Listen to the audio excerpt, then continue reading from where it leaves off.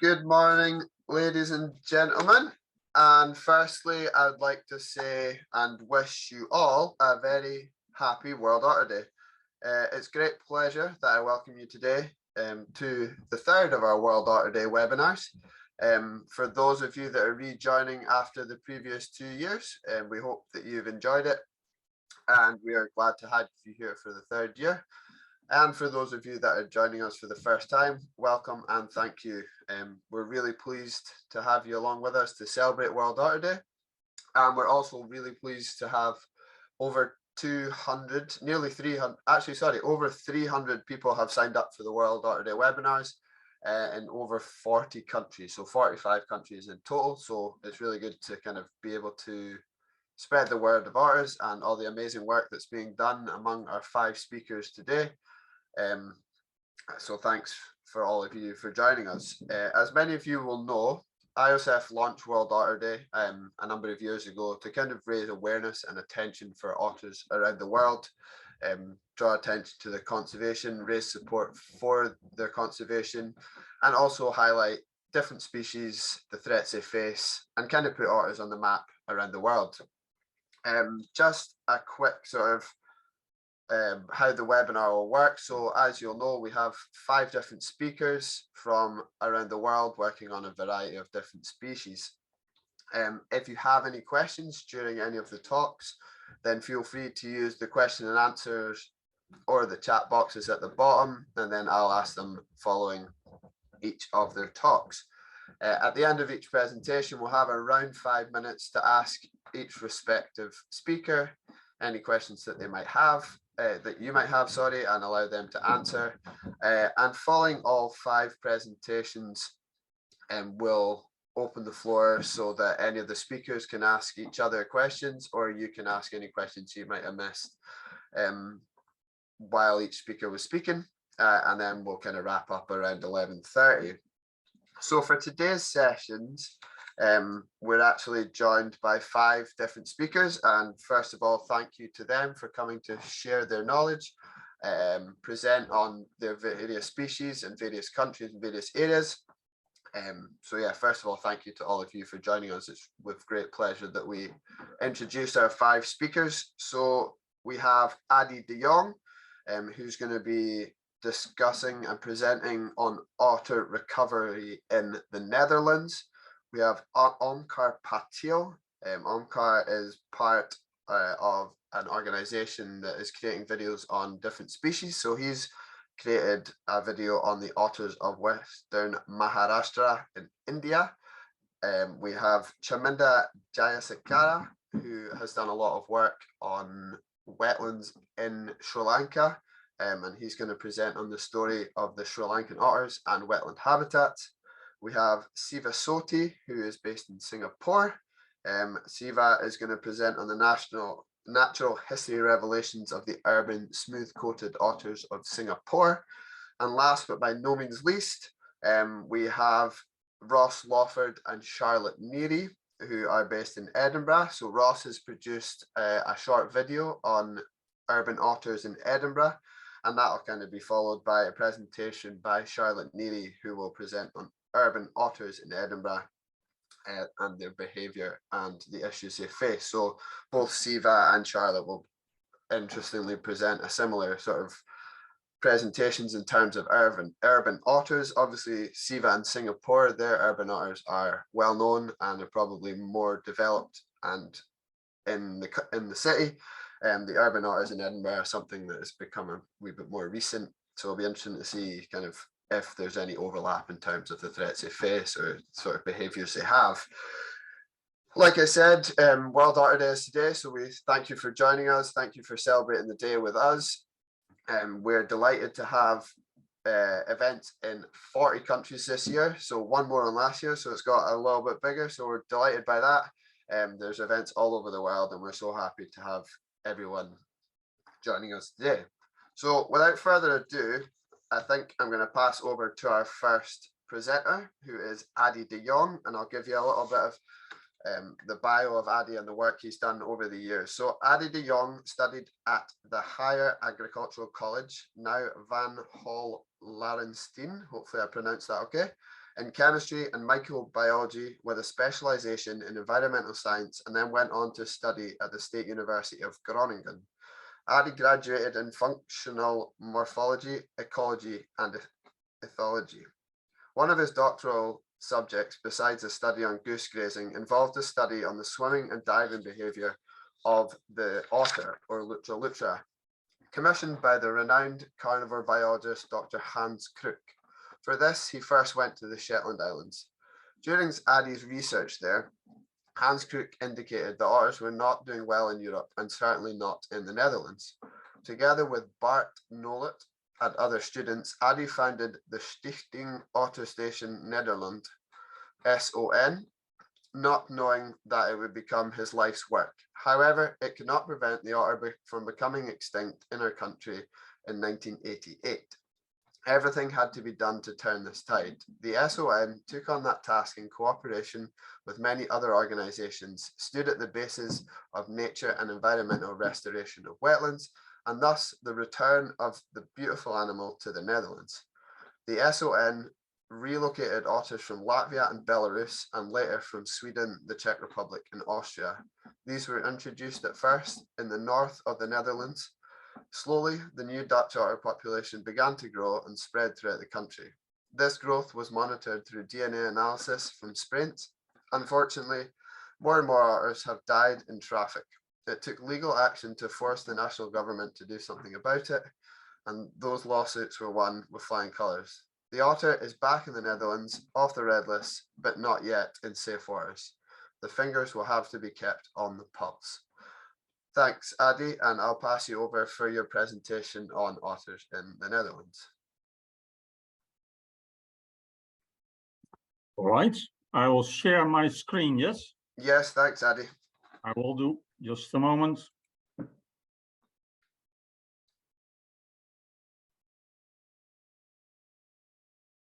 There we go. I start the presentation. Yeah, that'll be grand, thanks. And you can all see it, right? Yeah, I can see that, thanks. Perfect. All right, it's a pleasure being here on World Otter Day 2023. Thank you very much, Ben, for the introduction. And it's basically what I'm going to show you. Here you see below our logo, the logo is a little bit symbolic. It is about water, about the nature, the green, and the otter footprints. They're one in the back. It's the one of the disappeared otter. The other one is of the reintroduced otter. Well, the otter is a typical Dutch animal, a bank dweller, and very nice to see is that you see the presence of the otter everywhere, in streets like these facing bricks, but also in family names like Den Otter, Otter Spear, Otterlo. These are really the silent witnesses of this. Otters were widespread in my country. Everywhere you could find them, even along the banks of the sea. And here you see a slide which was a remarkable result of a very short survey during 3 winter nights with every night fresh snow.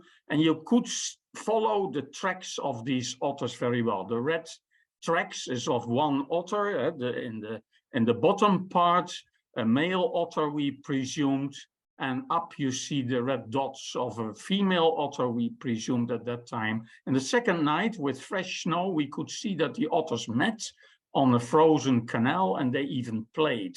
This you could all see. And the third night, they didn't walk, they just kept a hole in the ice open. And so these were very nice, remarkable results. For me, it all started, as Ben already said, in 1984, when I became a student of Dr. Hans Kruk, and I studied the swimming and diving behavior. And I was so fortunate to have a very nice tame otter. They said me, Penny, and but in the beginning, Penny was not that very tame. It costed me 1.5 months to have her in the way I really wanted. It was a very nice relationship I got with her. She did everything with me, and this photos show that she was tame, but actually not tame like a dog. No, she had her own ways, and she also followed me in the water. And that was, of course, very handy for studying her underwater behavior. We hope to release Penny on the Shetland Islands, where a lot of the research of Hans Kruk took place, and where you can see incredible images of otters like these. Hans Kruk has published a wonderful book about that, actually two, and all otter lovers should buy this book. It's really the Otter Bible. So please go ahead and purchase this book, and you will know a lot about otters. Well, for me, it is what Hans Kruk said. The work started in 1985. We had to set up a foundation, Hans Kruk said. So we did, Bart Nolet and I and some other students, and our otter work started. And for us, it was very clear from the beginning that the otter is very critical, that they need clean waterways, plenty of clean food, of course, and they need a lot of nature, and that we could use the otter as the ambassador of the freshwater environment of wetlands. And the basic story was make it good for the otter, and other animals, plants, and people will benefit from it. And therefore, our Otter Foundation started. Stichting Otterstation Nederland is the Dutch name, but in English you could say Dutch Otter Station Foundation. Our mission was restoring the freshwater environment in the Netherlands and abroad, later abroad, and the return of the otter was seen as the crowning glory. Of course, we had to do a lot of activities like IOSF also does. We did also applied and scientific research, and we moved forward to the ministries which were responsible for nature and environmental planning and management. And already we looked at an international breeding program and reintroduction program because we saw that the otter was going extinct in our country. And why this happened? Well, like in many European countries, it was a little bit the same by traffic, too much traffic, too many road kills, water pollution, not only the big water pollution as you can see it, but mainly the micro pollutants like with PCBs, with pesticides. Hunting was still a little bit a problem, hunting for polecats, and also some young otters were victims because of this, and drowning in fight nets, fish fight nets, happened too often. And then, of course, the fragmentation and the sterilization of the Dutch landscape gave a big blow to the population. Well, I still remember this time in the River Rhine, there was a poison tsunami coming all the way from Switzerland, factories in Germany, and it looked very grim. And that's why we did this protest. Sorry, I pushed a button a little bit. And this gave us a lot of attention for the otter, and more people, and especially policymakers, started to understand that it was shameful that the otter was disappearing in our country. Therefore, we got good contacts, fortunately, with 3 ministries, and we managed to get the otter an important role in their management plans for water restoration, for nature restoration. And on the left side, you see an otter habitat recovery plan. So a special plan was made for getting the otter back through recovery of otter habitats. So that was very good. And then in 1997, we could do a feasibility study for a reintroduction of otters, because in these years, a lot happened in the Dutch nature. A lot of habitats were really restored, were enlarged. Eco corridors had been constructed. And so you could see that the reconnection of all these wetlands was happening. And this feasibility study showed that soon we could start a reintroduction in the north of the Netherlands. Oh, my cat is also present. In 2002, we were ready to start this reintroduction, but there was also some criticism, especially from Germany, from Klaus Reuter. He said, wait, you are too impatient. The otter will come by itself from Poland, from other areas from the east. But in the Netherlands, we decided, well, it could take too long to do that because there was a lot of attention for the recovery of all these habitats. So we decided to do the reintroduction anyway. Of course, you must make a choice for otters, a wise choice. And that's why we looked at the countries Latvia and Belarus through the IUCN Otter Specialist Group Network. We have friends there, and it was not so difficult to arrange otters from there. And there were at that time big populations, so it could be done. Secondarily, we had some captive animals which we could use for the reintroduction as well. Well, and when you do the trapping of otters, it's very difficult to do. You must have a good trapping protocol. We had, of course, vets at our site, and we could safely do that and bring the otters to the Netherlands. The reintroduction area was really quite big. We selected a reintroduction area in the northwest of the Netherlands. You see that in the red circle. And there the first otters could be released.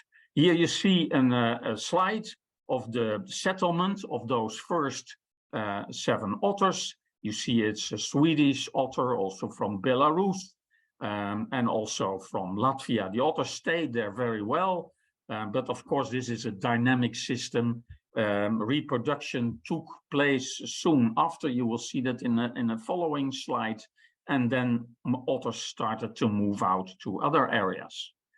The otters were well monitored. They had radio transmitters, VHF transmitters. We used animal recognition trips, and of course the classic methods of tracking in snow and mud, and of course the sprains we used. We were granted a very interesting subsidy with which we could do DNA analysis from sprains. So from the start of the reintroduction until recently, we have done that. So in our reintroduction population, we have like a pedigree of all otters. We know almost all of every otter which is in the Netherlands. Also, other research was done, as you can see in this slide. And then I was in Frostburg. There was an IUCN meeting there, and I got an email that the first otters in the newly reintroduced otter populations were born. And this slide shows the power of the DNA research, because from the DNA research we could manage to find out which animal was the mother. It was a female from Belarus, and a Swedish male, the father. This was a really nice, happy moment. And therefore, in Frostburg, I made these little drawings. And then in the beginning, we saw that the population didn't grow that much. But after 2008, yes, we saw finally that it started to become bigger and bigger, and that the otters were spreading. But as soon as the otters were spreading, problems started in other areas, and Ben already addressed this. Here you see how the otters in the Netherlands were situated, especially in the province of Overijssel, but also my province where I live, Friesland. But soon we saw that they went to other areas depicted by these red ellipses. They moved really out of these areas, and also to the west of the country, not far from Amsterdam, and still that is happening. That's good news, but it also gave problems with too many roadkills. We could use the infrared camera traps, of course, to monitor the population closely. Well, when such happens, when females get killed, you'll also find orphaned otters, and the first otter triplet found was in 2009. Here you see a picture of them. They were successfully reintroduced. We used also radio transmitters for that to see how they were doing, and students could help with this. But there are still problems in the Netherlands.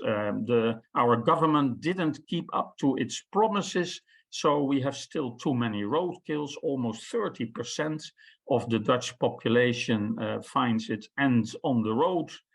Still, otters get drowned in fight nets. Inbreeding was a problem a little bit, but it's not a problem anymore. Now the Dutch population also has connection with German otters earlier than expected.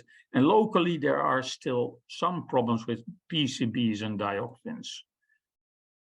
And then there was, Ben already addressed this, there was an important task for us because the government didn't want to keep those promises. And we warned our ministry responsible for mitigation near roads. And they said that they didn't want to do anything. So then we started a lawsuit against the state of the Netherlands. And in 2014, we won this law case based on the EU habitat directives. And the verdict said that the state of the Netherlands had to build more and more otter tunnels under roads, ledges under bridges, with fences. But the state of the Netherlands went in a higher appeal. We followed them, but also that lawsuit we won. And now we see that it is more common practice to have those mitigation measures in many places of my country. It also means that we must work on, this is for instance, a plan for the province of South Holland. Also there, otters have appeared, and all these red dots, there are bridges, for instance, where something has to happen. And we see now, happily, that people are really busy with it to get this solved so otters can roam freely without the risk to get killed by cars. As specific bottlenecks have to be solved. There are also difficult ones, so like under a big highway near Rotterdam, and there will be this special system under the road, and this will really be built. And then there is, of course, the perspective for the future. The habitats depicted here by ellipses, they need to be reconnected. And those are shown here by these green arrows. And this is policy now. This will really happen. And that is a good thing. Of course, we have to look this from an international perspective. And we see already that otters from the Netherlands have gone to Belgium. There was even one otter from the center of the Netherlands with one blind eye, which made it all the way into Flanders. And here you see that otter on the photograph. And then there's the plan of Klaus Reuter, the former chief of the Action Fish Otter Shoots at the German Otter Center. And he had a dream. He had a dream to reconnect all otter populations in Europe. And actually, that is going on now. So that's very, very nice. It is a good result, but we must work on with it. Thank you for your attention.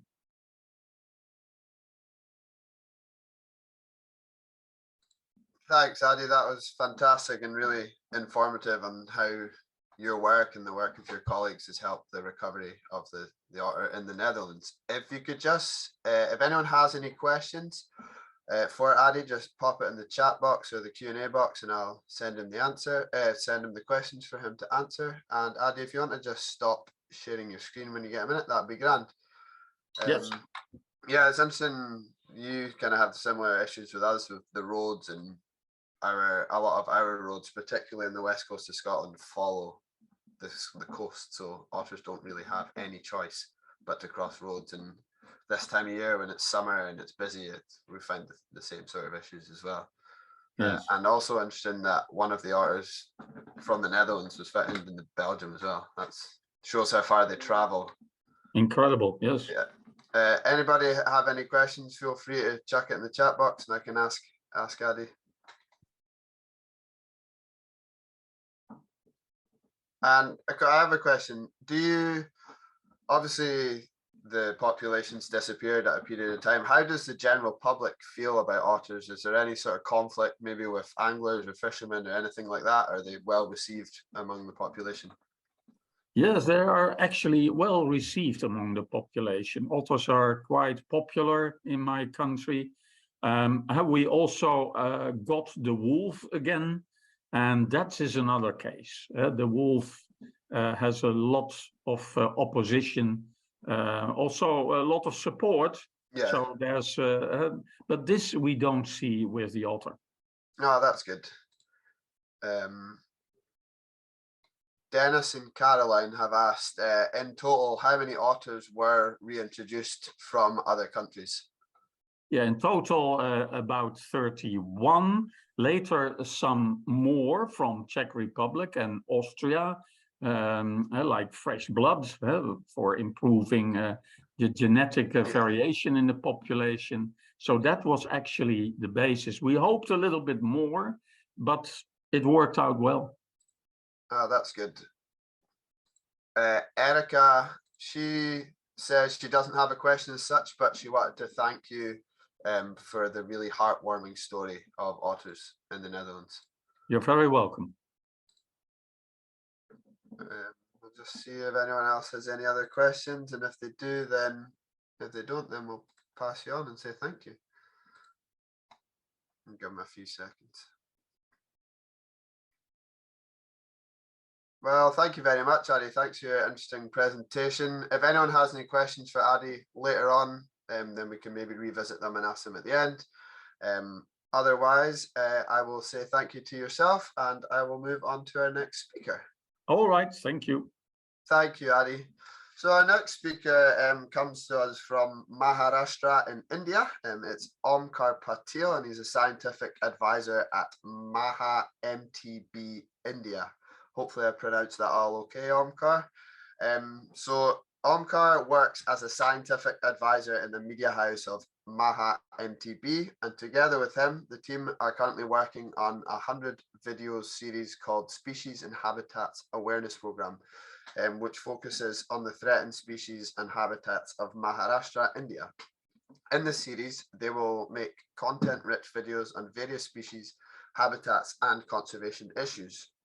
One of the videos exclusively aimed at documenting and introducing the elusive otter found in the rivers and creeks of Western Maharashtra. They travelled to southern Maharashtra, where smooth-coated otters are spotted quite regularly, and managed to document otters at their best. Along with that, they've tried to shed some light on the coexisting aspect of otters along with fishing communities.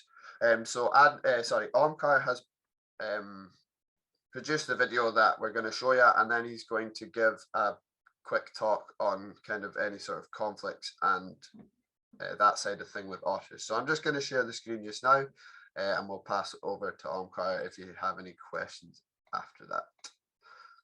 Share sound. Should hopefully work. So I'll just minimize that. Enjoy. पाण्यात पोहण्याचा आनंद लुटणाऱ्या या जीवाला मराठीत पाणमांजर म्हणत असले तरी तो मांजर कुळातला प्राणी नाही.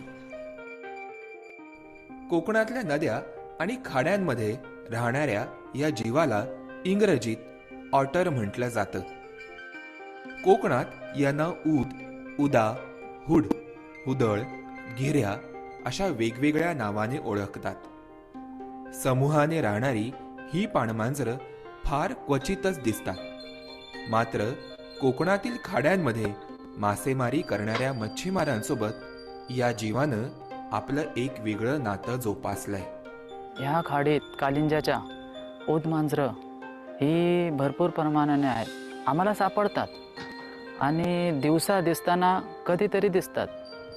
पण ही ऊदमांजरं जेव्हा आम्ही मच्छीला जातो, जेव्हा आम्ही जाळी लावतो, धरण लावतो, त्यावेळी ही भरपूर प्रमाणाने येतात मासे खाण्यासाठी. आमच्या जाळे म्हणजे जाळ्याची अशी जाळे फाडून मच्छी काढून खातात. ते आम्ही पण त्यांना काय त्रास देत नाही. कारण तो एक जीव आहे. आपल्या हद्दीबाबत प्रचंड संवेदनशील असणारा प्राणी म्हणजे पाणमांजर. मलमूत्राद्वारे तो आपली हद्द आखून घेतो.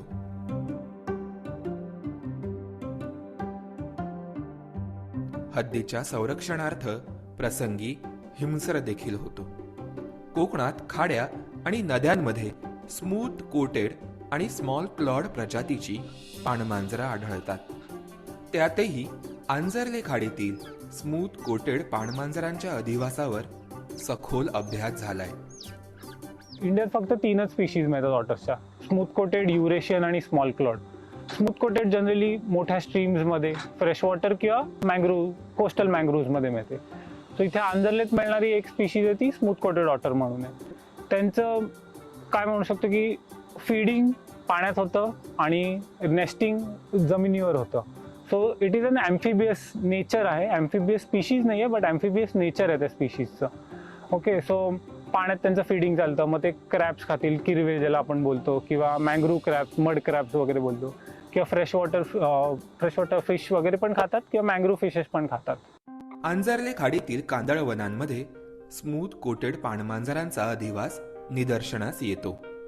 येथील कांदळवनांच्या बेटांवर त्यांचं बीळ असून खाण्याच्या शोधार्थ ही पाणमांजरं जोग नदीच्या अंतर्गत भागापर्यंतही जातात. पाण्यात उत्तमरित्या पोहता येण्यासाठी स्मूथ कोटेड पाणमांजरांचे मागचे पाय हे बदकासारखे असतात. म्हणजेच त्यांच्या मागच्या पायांच्या बोटांमध्ये एक पडदा असतो.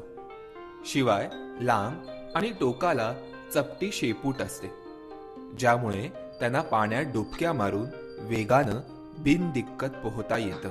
एक स्मूथ कोटेड ऑटरची फॅमिली आहे. त्यांची एक 20 किलोमीटरचा एरिया त्यांची टेरिटरी असते. सो ते एक जागा तिकडे राहतील, तिकडे फीडिंग करतील, खातील, मग पुढे जातील, मग परत तिकडे फीड करतील, पुढे जातील. ते कोणताच एरिया संपवून नाही टाकणार. सो ते इकोलॉजिकली खूप बॅलन्स ठेवते इकोसिस्टम. कांदळवनातील पाणमांजरांचा अधिवास लक्षात घेऊन कांदळवन कक्षाने त्यावर आधारित निसर्ग पर्यटनाला सुरुवात केली. या उपक्रमाअंतर्गत आंजर्ले आणि काळिंजे गावातील गावकरी आपल्याला कांदळवनांची माहिती देत पाणमांजरांचं दर्शन घडवून देतात. कांदळवन कक्ष व कांदळवन प्रतिष्ठान मार्फत आमच्या काळिंजे गावच्या खाडीत निसर्गावर आधारित निसर्ग पर्यटन चालू आहे. या उपक्रमामार्फत आम्ही कांदळवनाची माहिती देतो. हे कांदळवनाची माहिती देत असताना आम्हाला पाणमांजराचे दर्शन घडते. पाणमांजराचे दर्शन घडत असल्याने आम्हाला पर्यटकांचा चांगल्या प्रकारे प्रतिसाद मिळाला आहे. समूहाने शिकार करणाऱ्या पाणमांजरांच्या गटामध्ये माद्यांची संख्या अधिक असते. सोबतच या समूहात पिल्ल आणि नर पाणमांजर देखील असतात. नद्या आणि खाड्यांमधील खडकाळ भागात पाणमांजर 2 ते 5 पिल्लांना जन्म देतात. सह्याद्रीत उगम पावून अरबी समुद्रात विसर्जित होणाऱ्या नद्यांमध्ये स्मॉल क्लॉड प्रजातीची पाणमांजरं आढळतात. स्मूथ कोटेड पाणमांजरांपेक्षा त्यांचा अधिवास हा वेगळा असतो. महाराष्ट्रामध्ये स्मूथ कोटेड ऑटर ही पाणमांजराची प्रजाती आहे. त्याचबरोबर स्मॉल क्लॉड ऑटर ही प्रजाती देखील आपल्याकडे महाराष्ट्रात कोकण भागामध्ये आढळते. कोकणामध्ये ही जी प्रजाती आहे ही आत्तापर्यंत तिलारी, तेरेखोल, घटप्रभा या ज्या दक्षिणेकडच्या नद्या आहेत या ठिकाणी आढळलेली आहे. आणि हे महत्त्वाचं यासाठी आहे की वाघांप्रमाणेच वाघाचं जसं शेड्यूल 1 स्पीशीज आहे तसंच त्याप्रमाणे स्मॉल क्लॉड ऑटर ही देखील शेड्यूल 1 मध्ये येणारी स्पीशीज आहे, येणारी ही जात आहे. कोकणातील खाड्यांमध्ये सध्या वाळू आणि गाळ उपसा मोठ्या प्रमाणावर सुरू आहे. त्यामुळे नद्यांमधील बेटांवर आणि कांदळवनांमध्ये राहणाऱ्या पाणमांजरांचा अधिवास आता संकटात सापडलाय. चिपळूणमध्ये असं झालं की गेल्या वर्षी मोठा पूर आला आणि त्याच्यानंतर सगळ्यांनाच असं वाटायला लागलं की गाळ काढणे हे खूप महत्त्वाचं आहे चिपळूणला वाचवायचं असेल तर. आणि त्या गाळ काढण्यामध्ये असं झालं की बहुतेक ठिकाणी काहीच अभ्यास न करता बेटं काढली गेली आणि नदीचे किनारे जे आहेत ते सुद्धा मोठ्या प्रमाणावर रुंद केले गेले. आणि त्याच्यामध्ये पाणमांजरांचं आदिवासाचं नुकसान झालं नाही झालं याच्याबद्दल काहीच आपल्याला माहिती नाहीये. पाणमांजरांसारखे जीव हे कोकणातील नद्या आणि खाड्यांमधील समृद्ध जैवविविधतेचे प्रतीक आहेत. तुम्हाला आमचा हा व्हिडिओ आवडल्यास तो अधिकाधिक लोकांपर्यंत नक्की पोहोचून आमच्या वन्यजीव प्रबोधनाच्या चळवळीत सहभागी व्हा.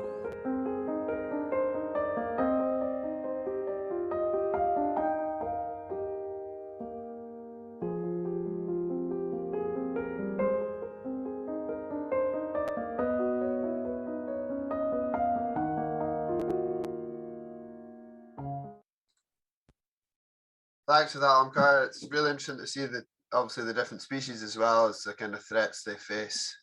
It's good to highlight it in a quick and informative video.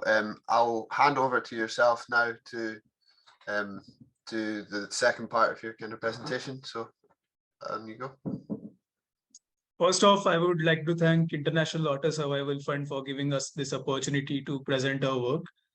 It means a big deal to all of us. I'll also take few seconds to introduce our team. It consists of our editor, Mr. Kiran Shelar, Mr. Akshay Mandokar, who's the presenter of our films, Mr. Suraj Bangal, and Mr. Ketan Vaidya, who are the videographers who have done a big chunk of job in recording these videos. So otters overall are a very lesser known species in context of India and Maharashtra. Not many people know about them. If you show them a picture of an otter, they'll say whether it's a civet or it's a mongoose. Most of them are not aware. So the main idea of this species and habitat awareness program was to make people aware of the lesser known species, the flora, fauna, and habitats across Maharashtra. So as we saw in the video, the people of Konkan is the western part of Maharashtra and Goa. They are very tolerant towards wildlife. Despite the fact the otters, they at times damage their nets to catch their fish, they don't harm them necessarily. At times there is a retaliation from the people, but that's very minuscule. At times even the losses are not reported from the forest department or the people. But overall, if you look at the pattern, the Indians are very tolerant towards wildlife.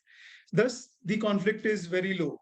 Now, there's a very nice saying, finding opportunity in every calamity.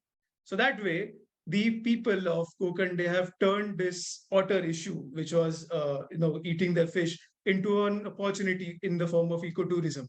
So in collaboration with Mangrove Foundation, they have started taking people, the tourists, into creeks and rivers of Konkan, and wherein they show otters. And mind you, people are not aware of otters at all, and they find very exciting to see them because otters are very dynamic species. They're so beautiful, so cute, that people actually enjoy watching them over there. But they also face few threats in the form of habitat loss. So there's a lot issue of sand mining and dredging, which happens in the rivers of Konkan. Plus, there are very few instances of hunting, which happens in the local region. Now, I would really like to take some time into highlighting a fact which happened right in front of our eyes, in the heart of Mumbai city. Now, what happened was there's an abandoned mill in the Dadar area of Mumbai, which is bustling with people. So, an otter was spotted by people, the locals over there. Firstly, when the forest department and the local volunteers were made aware of this fact, they thought it must be a mongoose or a civet, which has wandered off into the area. But then we received some mobile recordings of that species, and it was then we realized that it's an otter. Then we set up a lot of camera traps in a very small region to monitor its activities, and it was very shocking to see an actual healthy adult male smooth-coated otter, which was roaming in the ruins of a abandoned mill. My very strong suspicion is that it was a victim of an illegal wildlife trade, which happens across the world, especially in the southern and southeastern Asian countries. Now, what happened was the forest department and the local NGOs, they started monitoring the animal, trying to capture it. They set up baits, a lot of cages, but the animal being so smart, it tackled all of them. Eventually, one fine morning, everything collapsed, and the rescue went really bad, and the otters succumbed to stress injuries. Now, there should be, what I strongly feel, is that there's a huge gap among the local authorities in the terms of rescuing the wildlife. So firstly, seeing an otter in the urban areas is not a very common sight, for especially in country like India. But there, the accidents don't inform us before happening. So we should really, enforce some form of training with the wildlife NGOs and the local departments, wherein if such incident happens again, it won't turn back. Secondly, I believe there's a very huge gap in terms of tackling illegal wildlife trade, especially in the form of otters. Because even if you just type these two words on the search of Instagram, otters and pets, you'll see thousands of posts wherein people are exhibiting their pets, baby otters, adult otters who are being domesticated. Now, otter being a cute animal, everyone loves it, but it's a wild animal. It's not a pet. And there should be very good awareness programs which should be carried out with regards to otters being, taken away from domestication. With this, I'd like to conclude my talk. Over to you, Ben. We'll have questions if there are any. Yeah, thank you, Omkar. And just a quick note on saying a major thanks for your point on pet otters. It's something we've tried, still working on, highlighting the issue, and social media is a big part of that. Like you say, put the word otters into an Instagram search and it won't take you very long before you find pet otters. In fact, probably the first one will be a pet otter. So the point you make in terms of how important it is for all of us to highlight how bad it is for otters, how they're not pets, how they should be in the wild is really important.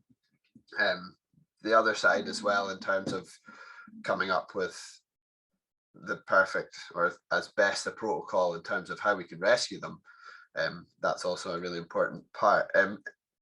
There are a couple of questions. If anyone has any questions, feel free to throw it in the chat box or the question and answer box. I know some people had issues with the chat box, so if need be, just throw it in the question and answer box and I can ask you them.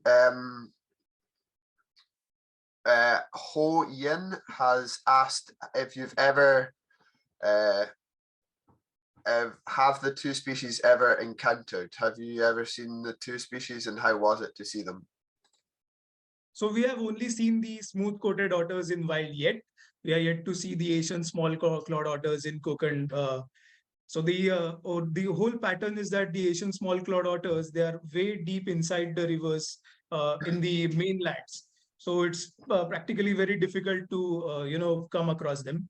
But we did manage to find smooth-coated otters abundantly in the creeks. We also saw in the video how the smooth-coated otters were messing with the crocodiles by biting their tails, exerting their dominance in the whole scenario. That was very rare for us. We just went to the scene over there and started our cameras, and the otters, they started exhibiting their behavior. It was very cool. Yeah, we've seen that in different parts as well, the smooth-coated otter in particular, and we've things with like tigers as well, and then the giant otter with jaguars in South America, so they can be quite cheeky. And a question I have, again, if anyone has any other questions, just throw them into the question and answer box. You mentioned about the otter in Mumbai and the high chance it was from illegal wildlife trade. We'll obviously hear from excuse me, from Siva in terms of smooth-coated otters in Singapore, and I know they're also being seen in Kuala Lumpur and Malaysia as well. Are they often actually seen in urban areas like Mumbai, or is that just a one-off complete freak incident?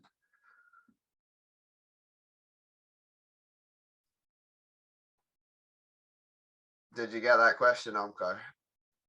I thought it was directed to Siva.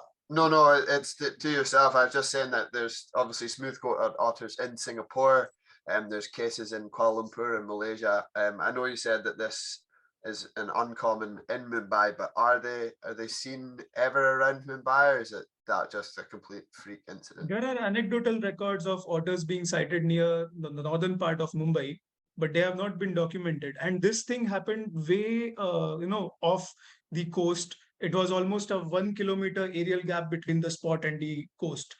And it was only just one otter. So it was not even a whole family, and it looked very healthy. So it is a whole assumption that it was a pet. Eventually, it outgrew the domestic environment and it had to be let go somewhere. And Okay.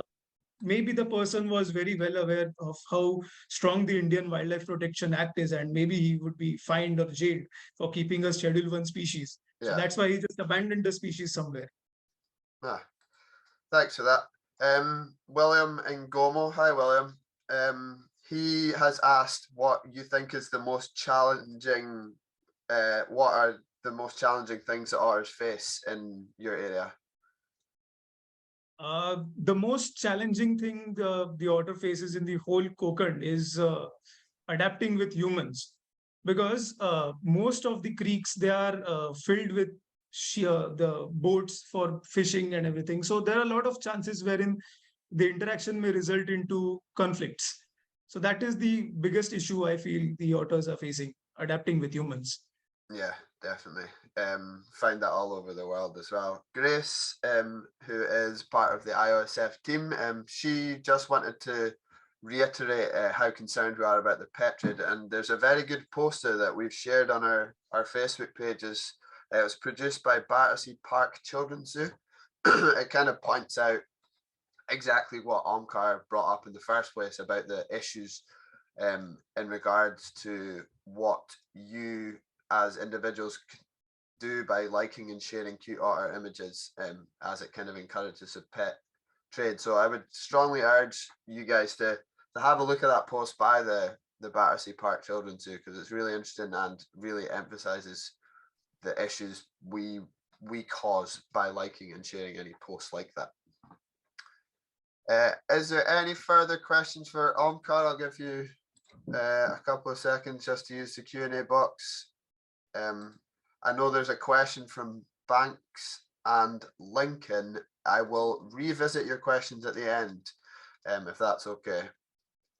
I'll ask Addy those questions at the end. Looks like you've answered everyone's queries, Omkar, so I will say again a massive thank you to yourself for firstly for being here today on the webinar, secondly for doing the work you're doing with otters and highlighting the species in your area. So thank you very much. Thank you, Ben. So our third speaker for today is Chaminda Jayasekara. Chaminda is an individual that we've worked with and spoke to a lot over the previous years, and he's done a lot of great work, particularly in Sri Lanka. So I'll give a brief introduction to Chaminda and the work he's been doing, and then I'll hand the floor over to him for his presentation. So born and raised in Polonnaruwa, Sri Lanka. Apologies if I pronounced that wrong, Chaminda. Chaminda spent his childhood exploring the forests and archaeological marvels that were in the close proximity to his home and school, developing an intimate knowledge of the natural world. Eager to share these with the world, Chaminda worked for Jetwing Hotels in Sri Lanka for 14 years as the naturalist and sustainability manager. Currently following an MSc in environmental management at the University of Hertfordshire in the United Kingdom. Chaminda's penchant for the wilderness was instrumental in developing the Loris Conservation Site within the hotel and first in the country, and replete with an information centre. With the first-hand experience he gathered in observing these primitive primates for a decade, Chaminda authored a book on their little-known nocturnal lives, as well as producing a guide for the wildlife around Jetwingville, Uyana. Chaminda started a Eurasian Otter Conservation Project within Jetwingville, Uyana in Sigariya, Sri Lanka, and conducted many awareness programs for community schools and universities across the country. I will hand over to Chaminda for his presentation, and welcome Chaminda to the floor. Thank you very much, Ben. I'll share my presentation now. Thanks, Chaminda.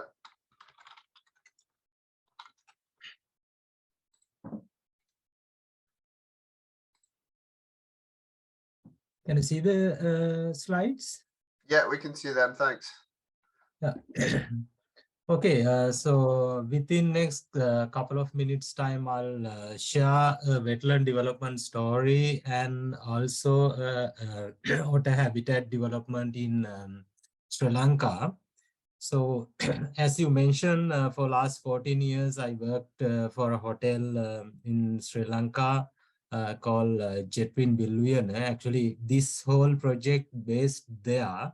So out of for the 14 years period, around like 6 to 7 years time, I worked with the Eurasian otters there for their conservation, as well as we use this kind of the conservation projects for tourism as well, because from that also we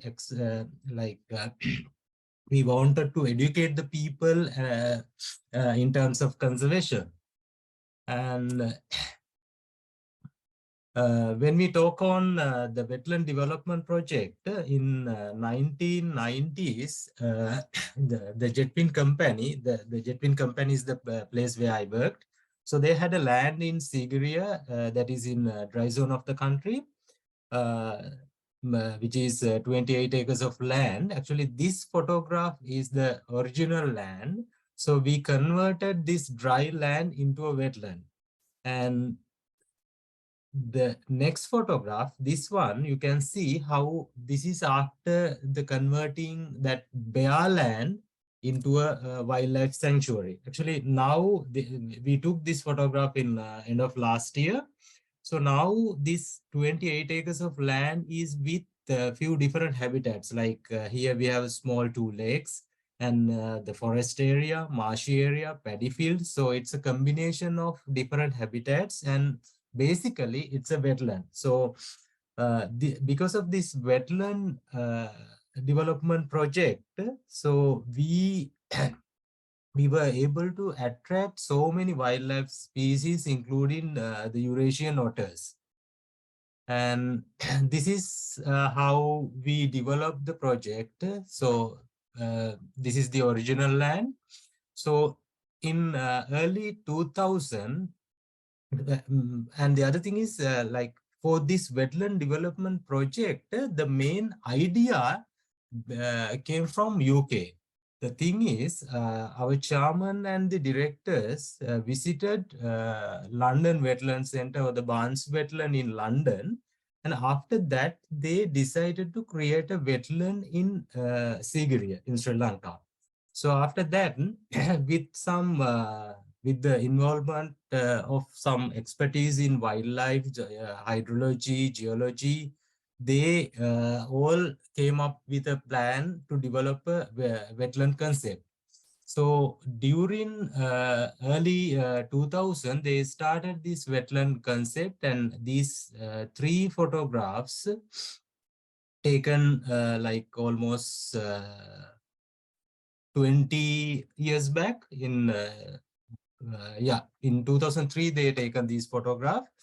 And in this 3rd photograph, you can see some of the planted trees here. So this is the area. In this photograph, you can clearly see this is the area, this is the trees we planted. Even these trees also we planted. And these 2 lakes are this place. And now all these places are the best habitats for the otters as well as the other wildlife species as well.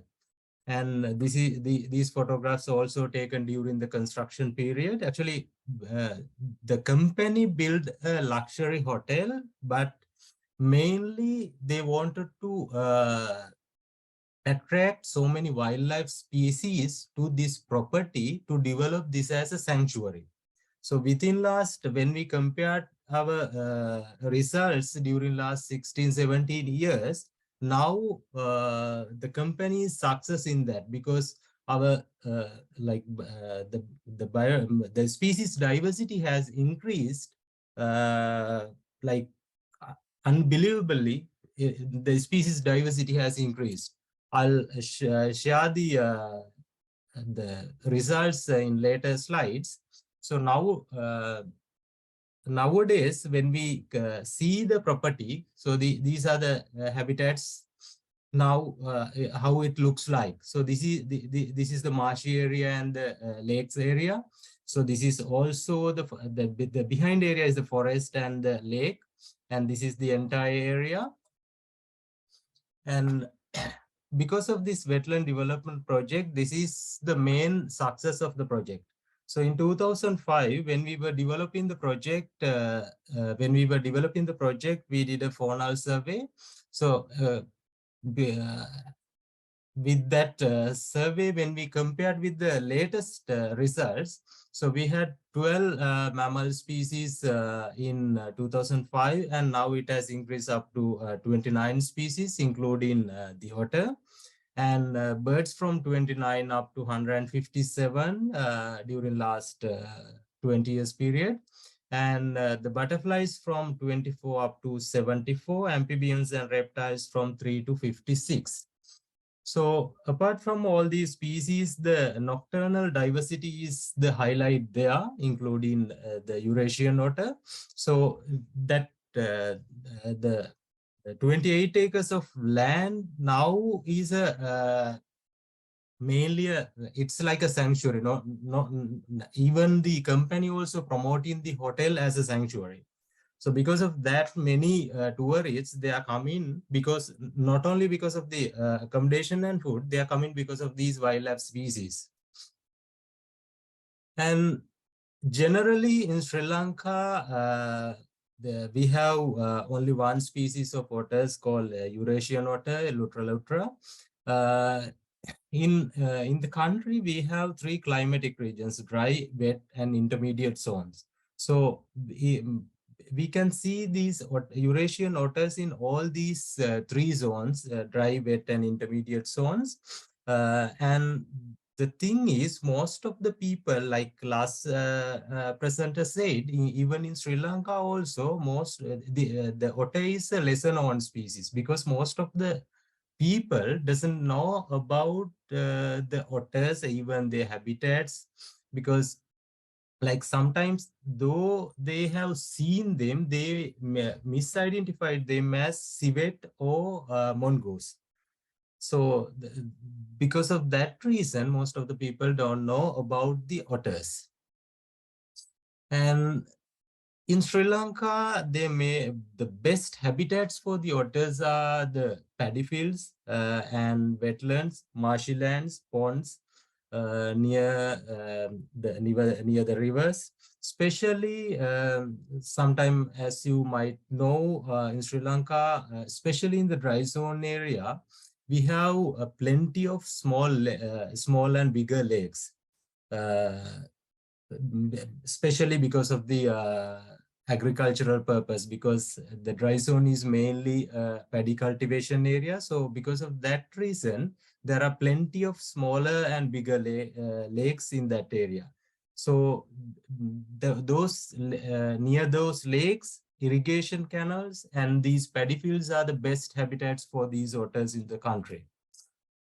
And these photographs taken within the hotel premises I mentioned. So now that 28 acres of land area is a perfect habitat for the Eurasian otters. Even during the day, during the night, they are roaming around freely. Even, like even when we are walking on the pathways, when the tourists are walking on the pathways, they can see these otters roaming around the hotel. So because the thing is now the land has become a perfect habitat for them, because they have enough food, they don't have the predators there and much predators there, so they are freely roaming around. And during last 6-7 years, as per my observations, their main food is the fish and the freshwater crabs. So mainly, like in the wild, they feed on live fish. So in this third photograph, you can see one with a fish. So when I took this photograph, it got this fish, but it was a dead fish. So it left it there. So in the wild, they eat only the live fish. And also in this fourth photograph, you can see there are many fish scales and also the small particles of freshwater crabs. So their main food is freshwater small fishes and the freshwater crabs. And in Sri Lanka, they have few different types of threats, like the main thing is the wetland destruction and also the water pollution, and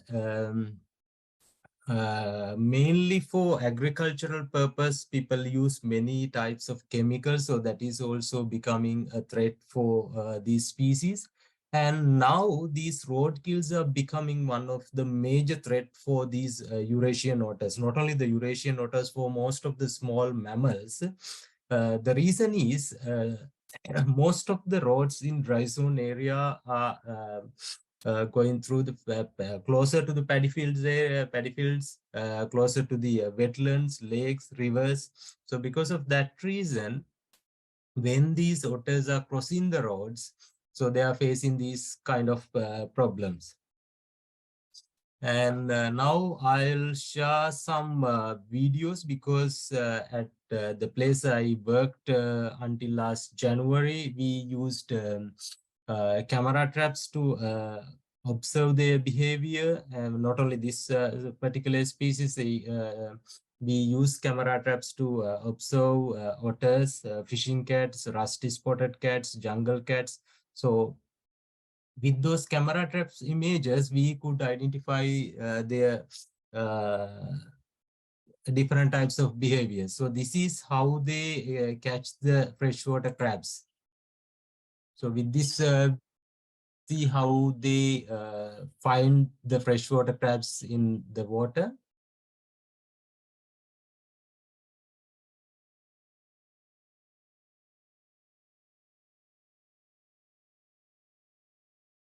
And now, as I mentioned earlier, the area has become a perfect habitat for them. So because of that reason, now they are breeding there. So with this video, you can see the mother otter with the cubs. Daytime. So though they are nocturnal, they are quite active during the daytime as well. So these otter cubs are staying with the mother for as per my observation, they are staying with the mother around 12 to 14 months in the wild. And this otter cubs were in the earlier otter cubs were in 2019, and this is in 2020. So this is a cub on the left-hand side photograph. At the right-hand side photograph, you can see one cub on the back side of the mother when it is swimming. And this is also another camera trap footage. So when they are moving from one area to the other area, they are marking their territories.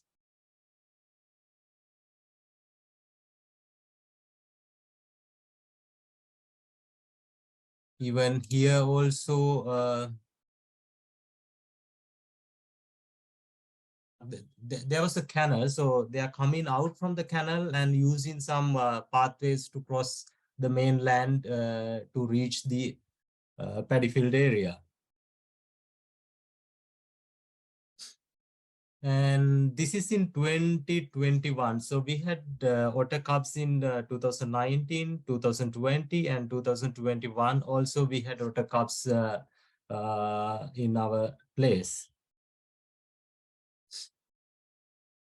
So this is another camera trap footage with 3 cubs.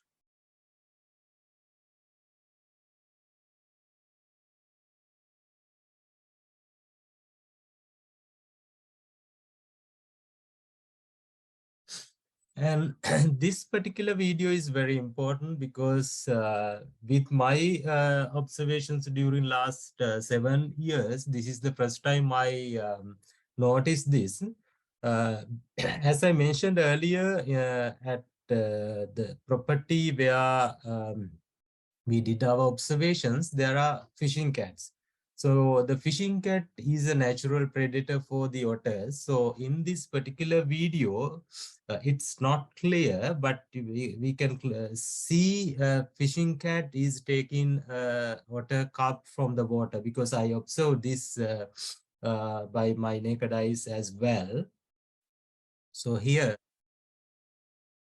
from the water with a otter cub, because when the otter cubs are swimming in the water, the fishing cats can easily catch them, because even the especially during the dry period, even the fishing cats, otters, they all use the same waterways.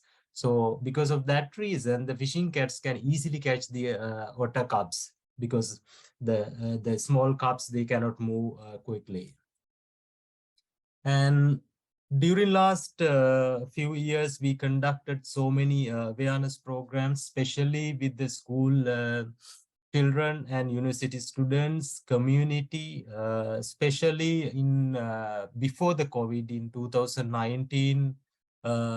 We educated over 2,000 school kids in Sigiri and Polonnaru area.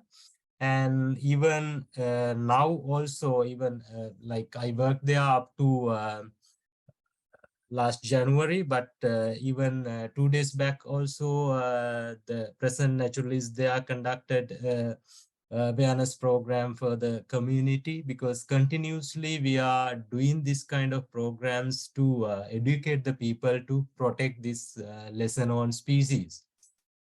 And with the medias also, we are trying to educate the people, because like as I mentioned earlier, most of the people don't know about this species. So because of that reason, we need to educate as much as possible. So continuously in Sri Lanka, we are doing the awareness programs, as well as recently we placed some signboards near the roads, because we have identified some areas where the road kills are happening. So we placed some signboards to educate the drivers, especially in Sigiri and Polonnaru areas. So continuously we are doing with the support of IOSF, and also the Professor Padma De Silva also helping us with these projects. So this is the end of my presentation, and also by the end of the presentation, I must thank Jetwin Hotels as well, because now, though I am not working with the Jetwin Hotels, they gave me the permission to conduct this presentation with all these details. And hopefully we can work with IOSF in future as well. So if you have any questions, you can ask. Thank you.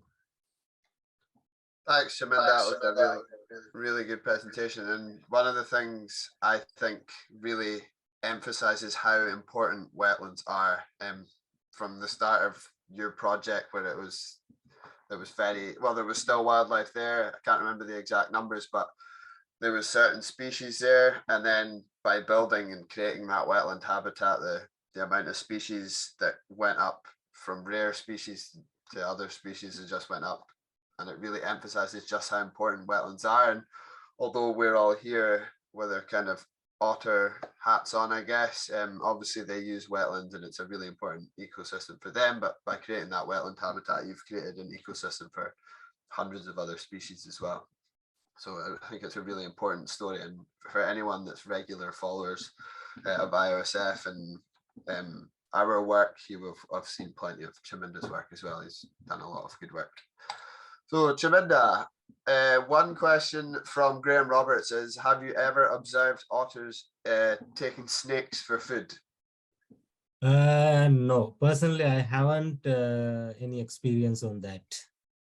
Oh, okay. I know in other parts of the world it definitely does happen. Erica, then I'll type the name. It's Oh, sorry, I haven't. I'll put the name in the chat box. It's called Jetwing Guyana. Is that right? Yes, correct. I'll just pop that in the chat box in a second for you, Erica. Giesmi Kenza has asked, isn't it possible to build corridors for otters to move around from one place to the other? Wouldn't that help them walk freely without getting disturbed by humans and other species? I think what they're asking, is it possible to basically connect the other types of species, the other otters from other parts of Sri Lanka with Jetwing, or is that not possible at this moment in time? So actually, like currently we are working with the other parts as well, because the thing is, you know, during last 2-3 years, we were not able to do much work due to the COVID and the other situation in the country. But from Jetwin as well as the other wildlife expertise, we are working on the conservation projects in the other parts as well. Oh, brilliant. Philippa, I can't actually see her surname. Do you run health monitoring studies with cadavers that you found? It's in the chat box.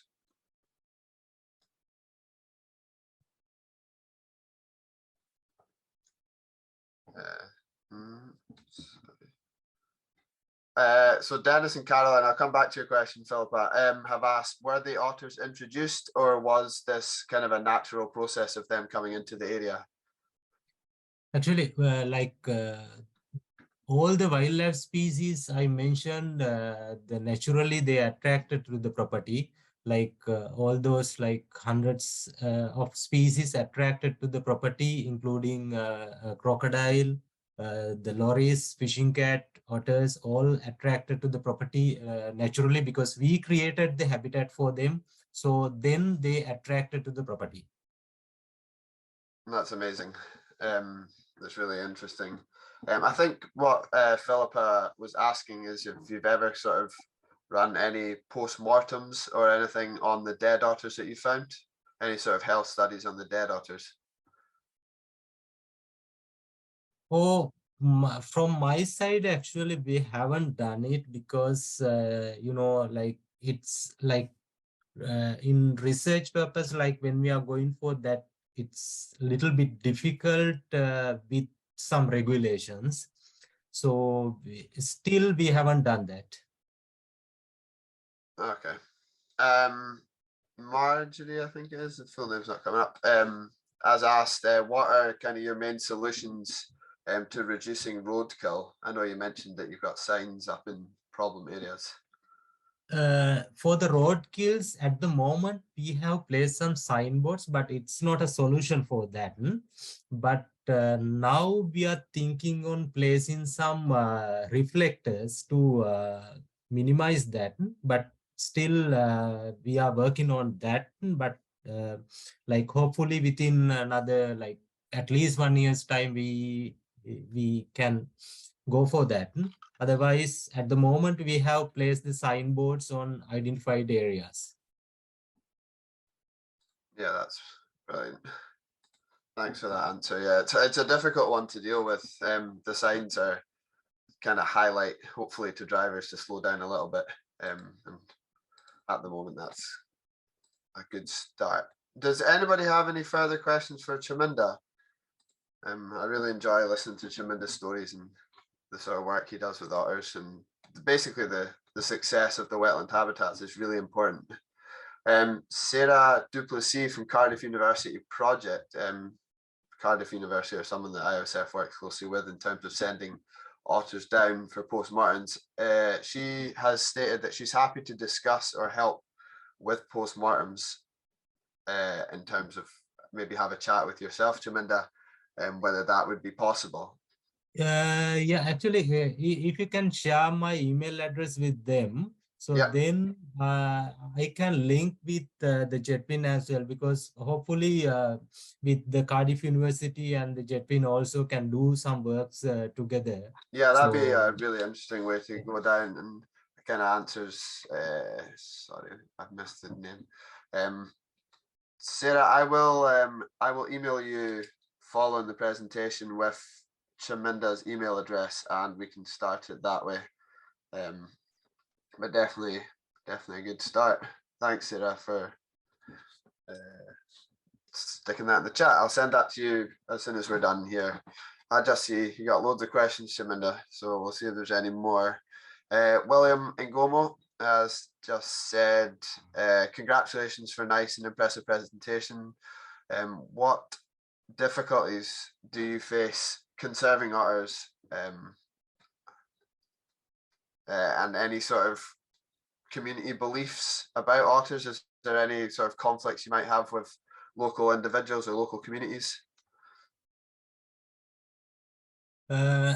Actually, like now, not the difficult challenges now. The area, because of our awareness programs, now the community also, they are interested in this kind of activities. Now, as an example, like if they see any otter, now they even, like when I was in Sri Lanka, they call me and they're saying that I saw an otter. So that kind of things are happening. So it's a good sign, because now the people are aware of this species. So it's not a big challenge to educate the people to conserve them in that particular area. Oh, that's brilliant. I guess that shows the importance of community awareness and education, and kind of both things you've done, from creating that wetland habitat to then further on working with communities, because it's really important to have community backing and communities involved. We always kind of try and say that although education is about teaching people stuff, it's really about inclusion, and obviously the work you're doing makes the local communities feel included in your conservation work, which is really important. Grace again from IOSF, just wanted to say, I think it's great how both Chaminda and Omkar are working to introduce local people to otters who have never come across them. I guess that goes back to exactly what you've just said there, Chaminda, about how it's really important to include local communities and local individuals, and the more people we can get involved. Obviously there's a number of you here attending today, so you're obviously got an interest in otters, and by spreading the word through things like World Otter Day and Chaminda's outreach work, it kind of grows the community of otter lovers, and hopefully provides a long-term benefits for ours. Also, with the social media also, we are sharing so many photographs and videos to educate the people. Because of that also now, the people can learn many kind of things, even like not only from our side, even any of the people who are working with otters can use social media to educate the people. Yeah, definitely. I think it's social media. I know when Omkar was talking, we had a quick discussion about how there's negative sides to social media, but there's a lot of positive sides to social media in terms of we can get a lot of information out and show millions of people why we're looking after otters really, really quickly. And it's a really powerful tool. Oriol Marcel Gansu, I will revisit your question at the end of the presentation. I've got it here. I'll ask Omkar following the last two presentations that we have. At the end, we'll have a big chat.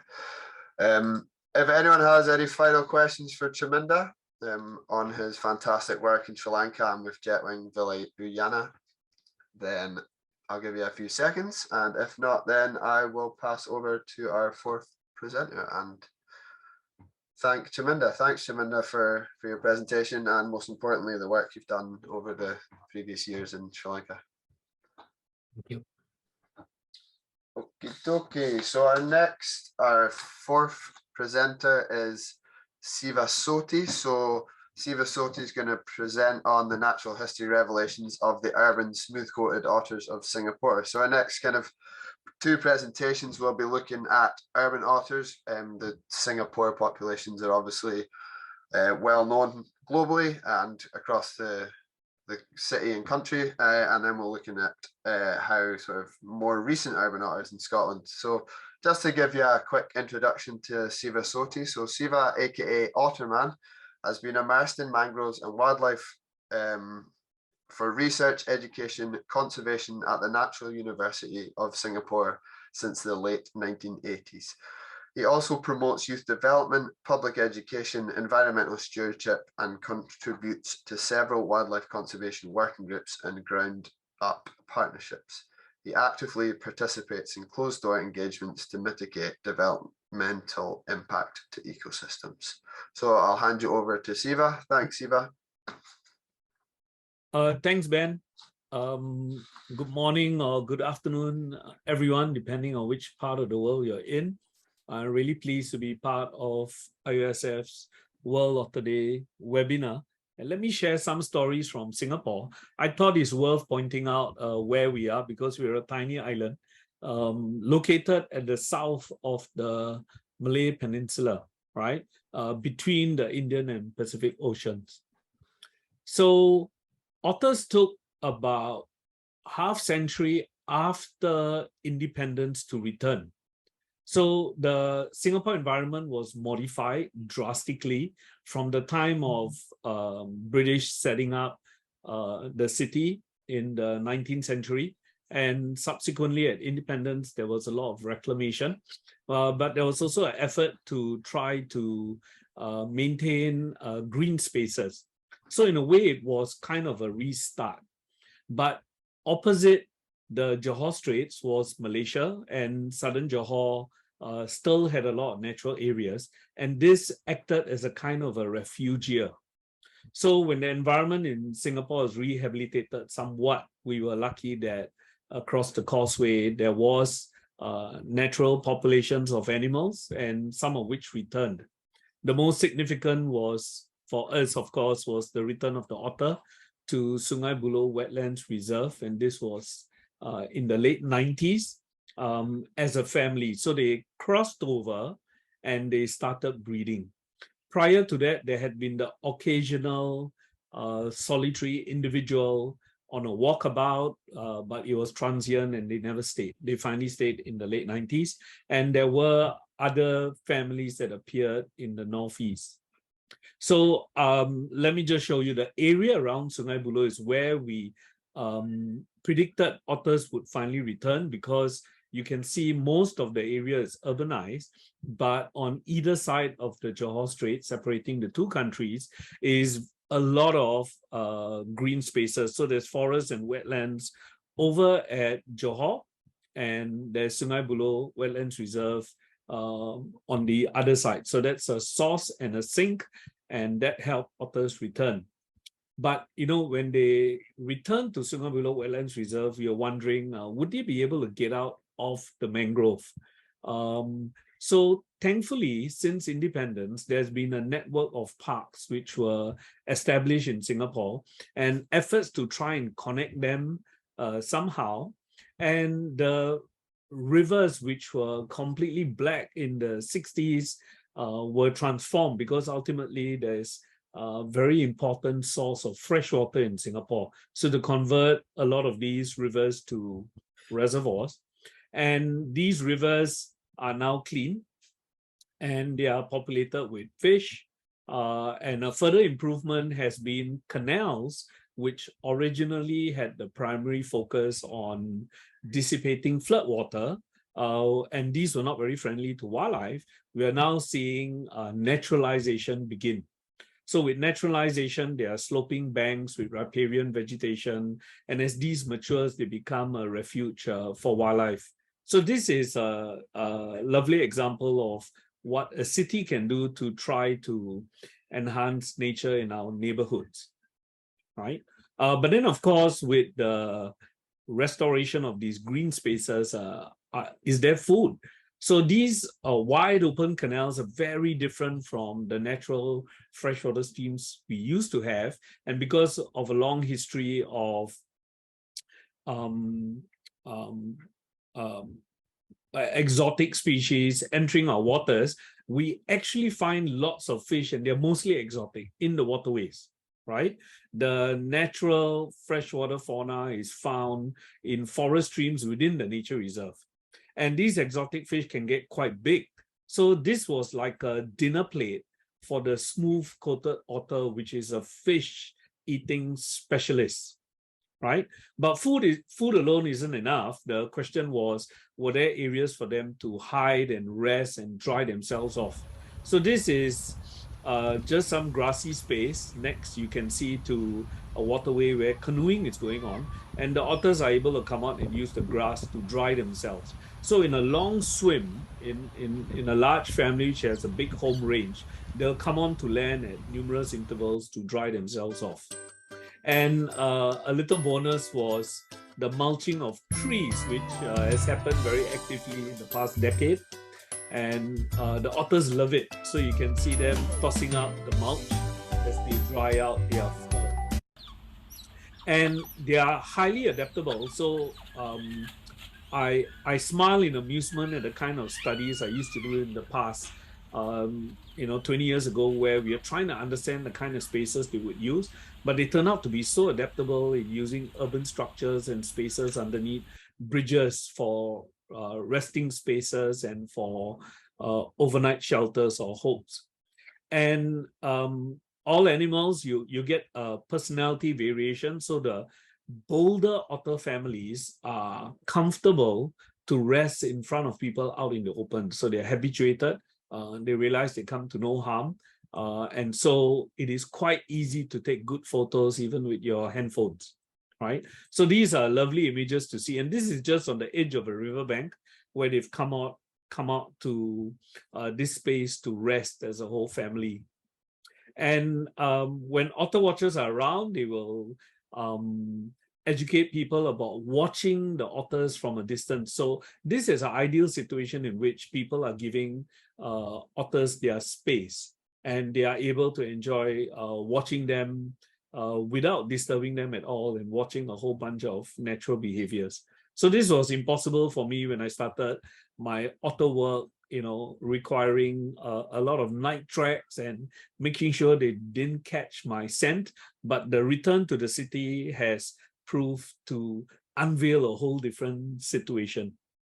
Of course, then we started to track otters and figure out where were they. So my first otter student, Meryl, was tracking records and sightings initially offered by people who frequented the coast. So fishermen or sea sportsmen, some joggers and hikers. And then eventually, so a lot of people didn't know otters were around until they turned up in the center of the city.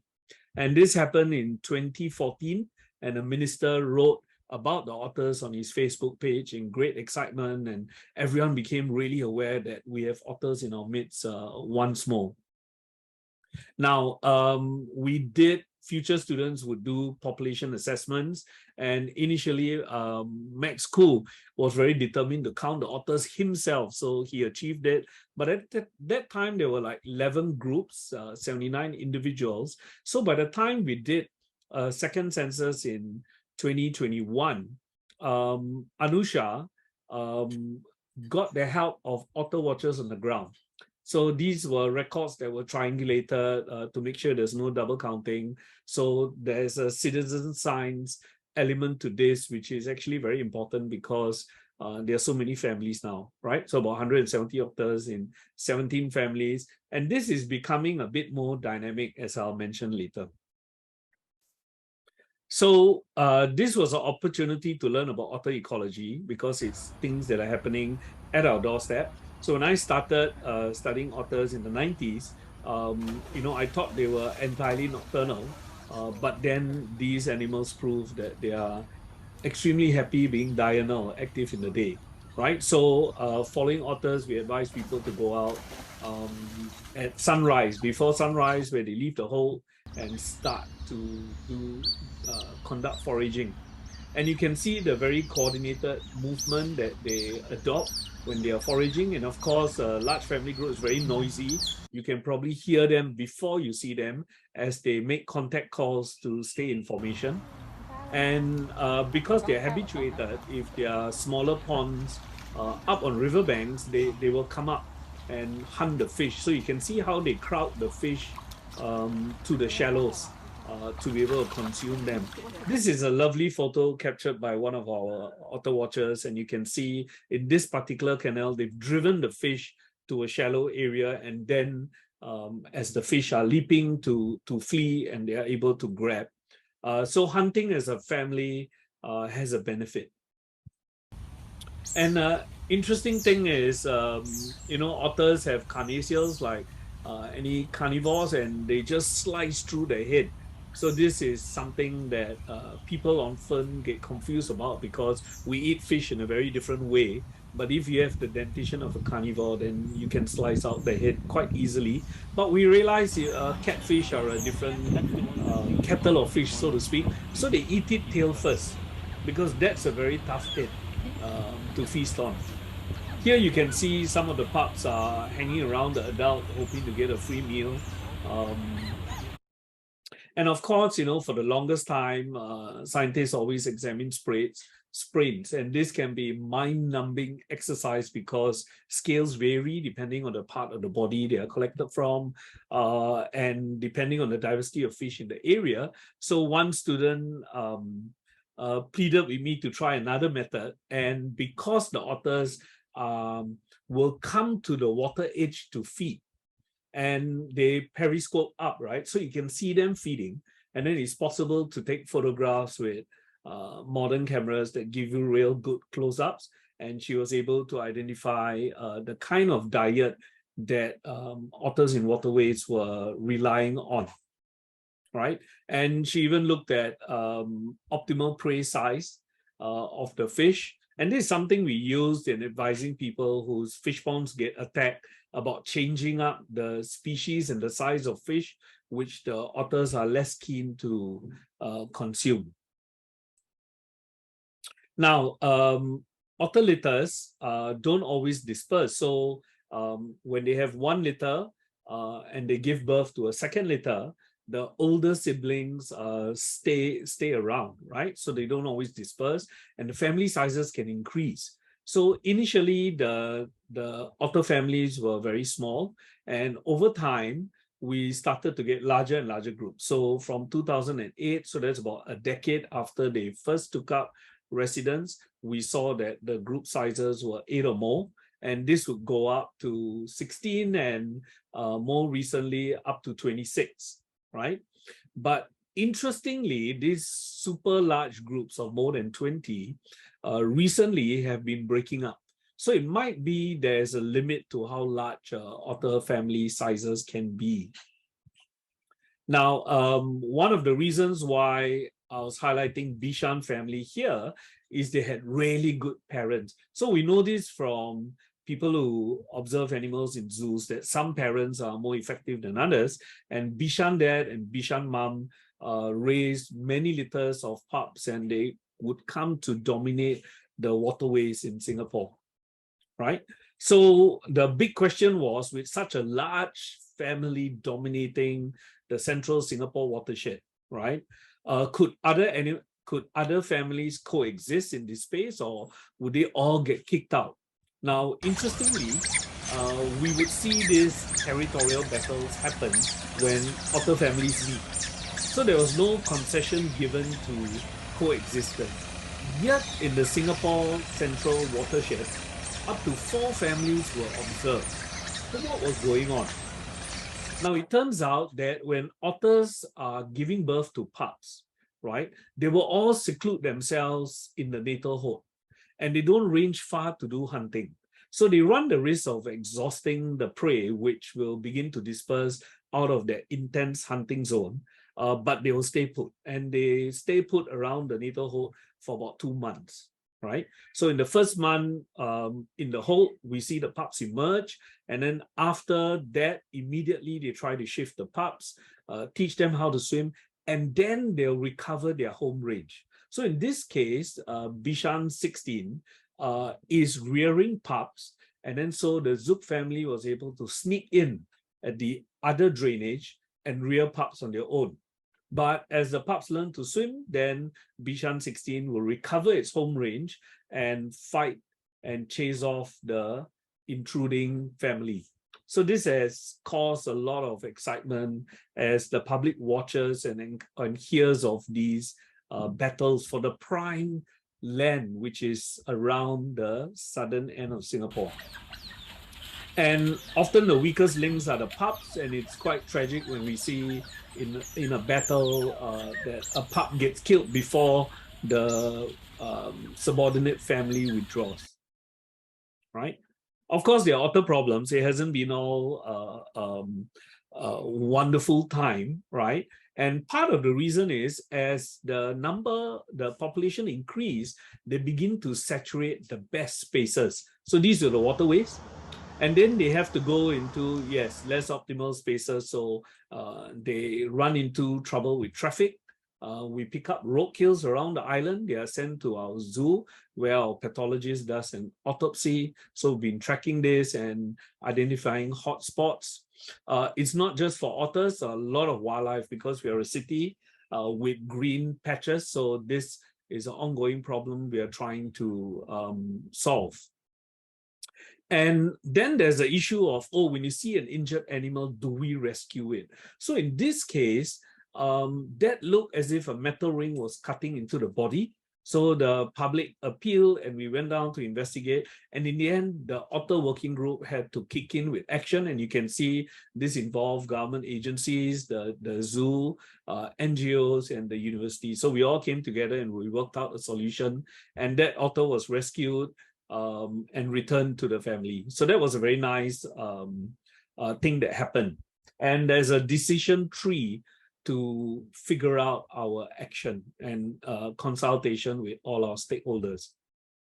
So in some situations, when a pup is abandoned by a family for certain reasons, then the question is, do we intervene or not? So there is a management method for wild animals, and that is one of non-interference. And then there is, on the other extreme, there is work in zoos. So in urban otters, in urban environments, we have to strike a balance between the two, and we may interfere more than if they were just in wild spaces. So people love the otters. When they first turn back, they all come out to watch them. They still do, right? And then some conflict cases started to appear, more recently. Initially, it was just eating of fish, and some people were very understanding, realizing that that was in their natural behavior. But as they were forced into urban spaces, during COVID, the COVID years, right, we saw an increase in complaints. And it coincided with when otters were moving out of waterways into urban spaces. And you can see the categories of complaints were not so significant. Out of conflict topics, they were really not so significant, right? Injuries to people then begin to appear. So what dominated the news initially was fish attacks. So we decided to study one family that was moving through the urban matrix, and a student did this study. And after an intense scrutiny, you realize that, yeah, we can coexist. Chasing off 3 otters, the owner is happily not bad. But you can see how the otters have come into a little formation. Thankfully, there hasn't been a serious incident. Sometimes you have to advise dog owners to be more careful. But this same family in this space, you can see that a little kid is able to walk them off just like all otters are alike. But when we examine interactions, and this is more than 3,000 interactions, right? Mostly the interactions are neutral, right? So there were occasions when the otters are defensive, but there were no occasions when they're aggressive, right? So, however, it changes with pups. So if otters are raising pups in urban spaces because they can't compete for waterways, things can change. And so one man got bitten, and the media was very excited about the news, so it spread around the world. And this was an individual who ignored advice and approached the waterway. And this was a family with pups. So you can see the adults driving the man off because they felt he was too close. So luckily he's quite agile. So he dances out of the way and escaped any injury. And they don't pursue in the chase, right? But that meant that we had to come up with ways to mitigate these kind of problems, right? And there's a whole procedure for how we do it. And now we're very careful with nursing families. So you can see here, this is a space within the city, the business district, and the cordons were set up quite widely, and the kind of advisory signages are much bigger, and then things can be kept safe. Here is another situation that just happened this year, and you can see the red arrow pointing at where otters turned up in the neighborhood. They entered more than 14 houses eating fish, and they were staying in the neighborhood. So it wasn't an ideal space, and they were raising pups next to a pedestrian path, which everyone had to use, and they started to bite residents. And so the situation was the result of population dynamics in the larger catchments. So another student studied this, and she lost 5 kilograms walking this very large area. So this was a situation that made the news because for the very first time, family, there were 3 adults and 3 pups, and they were relocated. That was the very first time we were forced to do this. Partly because the hope was next to a very busy road, and when the pups emerged, it was likely they all would have been killed. So thankfully, we get reaffirmation from the government that we want to achieve coexistence, but it's not going to happen without active work on our part. So happily, we have a working group, and we do share and educate people. These are stories about how to coexist with wildlife. And for all the species in Singapore, we've come together to set up our wild neighbors with seminars and blogs and talks in schools. As urban Singaporeans learn to coexist with nature, it's going to take a decade or more, and we'll keep at it. So thank you, everyone. It was very nice to share stories from Singapore with you. Thank you, Siva. Sorry. Yeah, your presentation is always really informative, and I love to hear all about the otters and how they're getting on in Singapore, and also the dynamics with obviously a large city and a large population of people as well. We've got a few questions. Graham Roberts actually asked the 2 questions I was going to ask. So he firstly said, thank you for an excellent presentation, and then went further on to say, if you think that the population will reach saturation point, and are they able to cross to adjoining land masses? So I guess Malaysia, do they cross to Malaysia as well? So they originally came from Malaysia. I don't think they're going to go back, because that area in Malaysia where they came from is now where a lot of development works is going on. So what's happening is, as they disperse, they are investigating the adjacent areas in Singapore, which is this urban matrix. And the reason why some of them have managed to persist in the urban matrix is they've discovered fish ponds. And fish pond owners never had to deal with otters before. So they are learning to fix gaps in fences and gradually adapting to the fact that we have a semi-aquatic carnivore roaming the streets. So there's nowhere in Singapore which is not close to a waterway. So those that can adapt can solve that problem. But in the meantime, we are in this transition where otters find gaps, and they will attack koi, which they don't really like, but they can survive on. Yeah. There's another question. A couple of people saying thank you for your excellent presentation, but the question, how has the behaviour of otters changed since they have returned to Singapore? So that's an interesting question, right? Their behavior actually hasn't changed. So the most predictable element is the behavior of animals. They sometimes surprise us by what they can do in an urban environment. So the family that settled into a residential neighborhood, they turn out to be quite persistent. What we thought was a 1.3 meter height fencing couldn't keep them out, because they learned to use ledges to get over. The strength of an otter in permeating a fence. So what helps us is the world literature. When I started studying otters, there was so much information from Lutra, and so that informed us about behavior. The thing that I think we were surprised by is how many people keep fish ponds in landed property in Singapore. There's a lot of it. And new condominium developments, when they come up, we tried to tell the government agency, tried to contact the condo developers to say, if you have a water feature, then, and you're building next to a canal, please realize that otters may come and visit. So be prepared to have exclusion measures along your fencing. But fencing is mostly ornamental, so otters can just get through it. So one condo removed the fish and the otters didn't come back anymore. The other one hasn't succeeded in doing that, so the otters are still visiting, but we tell them, you know, the otters are here and you need to evolve in how we build and design in Singapore.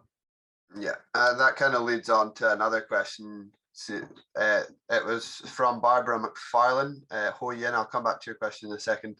It's a brilliant talk and fascinating research. Thank you. I visited Singapore in 2014 and was so impressed with the biodiversity of urban places on the island. I wish more cities would learn from examples set by Singapore. So Barbara asked, I wondered if fish pond owners are taking your advice to switch species in their ponds to reduce predation. So the university has a wonderful administration building, and there were koi in the water feature. And when we explained to them otters were turning up nearby, they switched out the fish and they put in something that's called a tinfoil barb. It's a smaller fish, much faster swimming. It still has that golden looking color that everyone favors. So they were the first.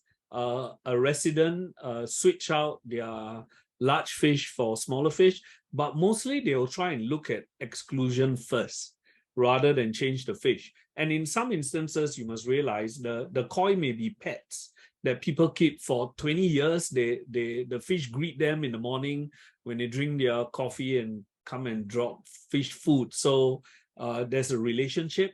So they may not be eager to change out the species. So switching fish, we haven't seen that being done actively. Putting in better fencing, we've set up demonstration houses to show how to do it. And there's one group on Facebook, they are a DIY group. They managed to put in very good exclusion, and you can see the otters coming and nosing around, but they can't get through the gate anymore. Thanks, that's interesting.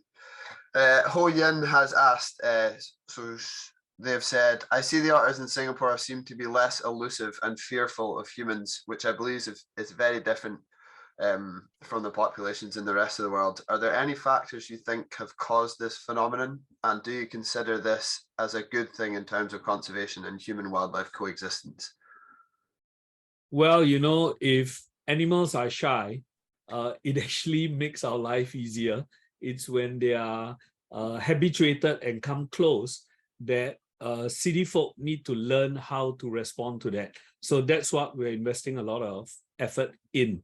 When you see around the world, we say, oh, otters are not so habituated. You must realize that for the longest time, they were subject to persecution, habitat loss. But as they return, and you've seen in Europe, there were these wonderful plans for connectivity, which I couldn't imagine, but we see otters coming back, and the European otter folk talk about otters being diurnal. So it might be something that we will see eventually as cities become greener, waterways are clean, and with fish, that we would see the same thing happen. So it's just Singapore as a country is a city-state, so we've had to work much more strongly with rehabilitating nature in the city because we don't really have a hinterland. So the effort you see in the city is going to be mirrored in other cities around the world in time to come. Yeah, definitely. Singapore can be kind of the blueprint for that, and that kind of leads on to the last two questions that we've got for you, Siva. It's from Amal Jadav and William Ngomo. So they've asked, Oh, one of them's asked how the approach of locals is towards their New World neighbours, and then that kind of leads on to William asking if there are any incidents of people or citizens of Singapore trying to kill or persecute otters.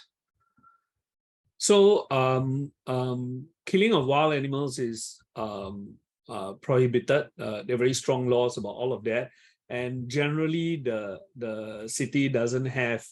No one's going to take a personal action to kill an animal. I think that's almost unheard of here. But the question about how do locals feel about their wild neighbors, generally the overall sentiment is a positive one. That was very gratifying when otters first appeared in a park. People had no idea where they're from. They thought they all escaped from the zoo. They couldn't believe they're from Malaysia. So they were completely clueless about otters, but they were very sensitive towards giving animals their space. So it wasn't difficult to promote the idea of keeping a distance. So generally sentiments are very positive, but when you go to specialized situations where maybe there's landed property homeowners with koi ponds and they are completely taken by surprise, then there will be complaints from that sector. Or if people are in fear that an otter may hurt them because they've read of a biting incident in a different situation, then so when they have those specific issues, we need to be able to respond, to educate, and in some instances to take active action. So this is not unique to otters. It's something we have to do with long-tailed macaques and wild pigs and common palm civets, wildlife that are close to people in Singapore. Yeah, I agree. And just a quick question for myself. You mentioned about people getting too close. You showed a few examples of how that has maybe ended kind of negatively, potentially. Is that generally tourists that do that, or is it locals as well? No, so locals and tourists, people are people. And mostly, tourists will be quite urban, city folk, nature deficient. So they've forgotten how to interact with animals. And I think the other problem is the handphone. Everyone wants to get their photo or their video, right? Yeah. I stopped using a camera because otter watchers take phenomenal photos. But everyone wants to get their personal photo, and the zoom on a handphone is not strong. So they get close and they're watching a screen and looking at the framing, and they are not understanding the animal's behavior. So any kind of early warning signs when the animals draw up and look at you a bit keenly, it means you're interfering with them.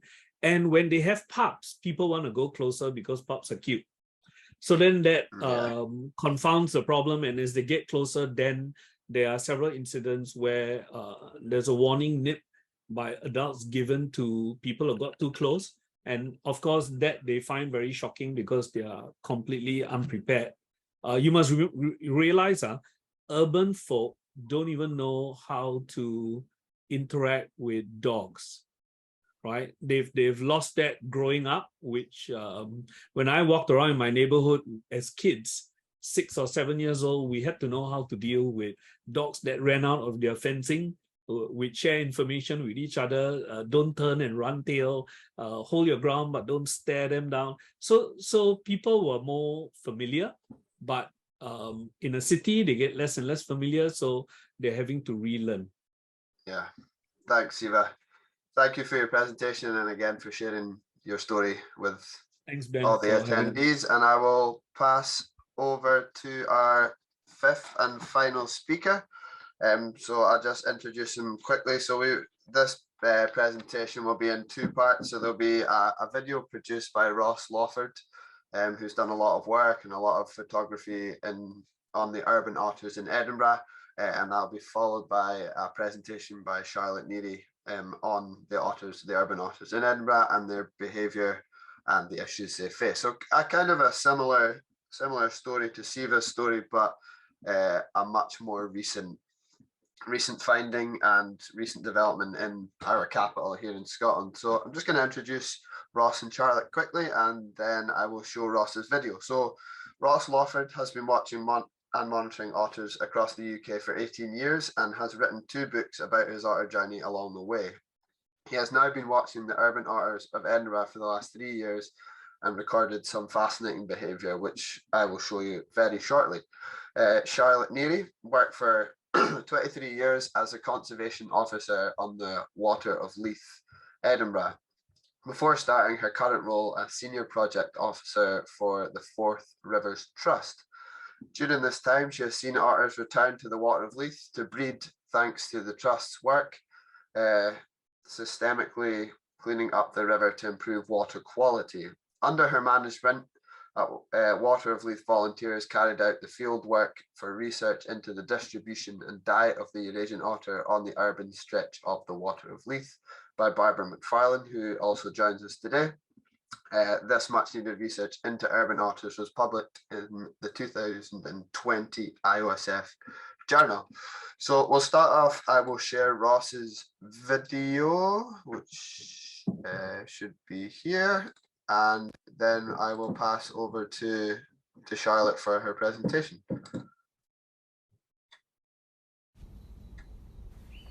Over the last 4 years, I've been watching the otters of Edinburgh in various locations and various habitats. They're incredible species, and in Edinburgh, it seems in particular, they've become an icon, something to be cherished, especially during the time of COVID, where your daily walk was imperative, and a lot of people were reconnecting with nature at that point, and otters became that focal point. And at that point, they seemed to be a drastic increase in their populations, with cubs being born, more cubs being born over those 2 years of the COVID-19 than in previous years. And I've been lucky to be able to watch the otters using thermal camera, trail cameras, being out with my own camera and watching them up and down the rivers and the lock systems.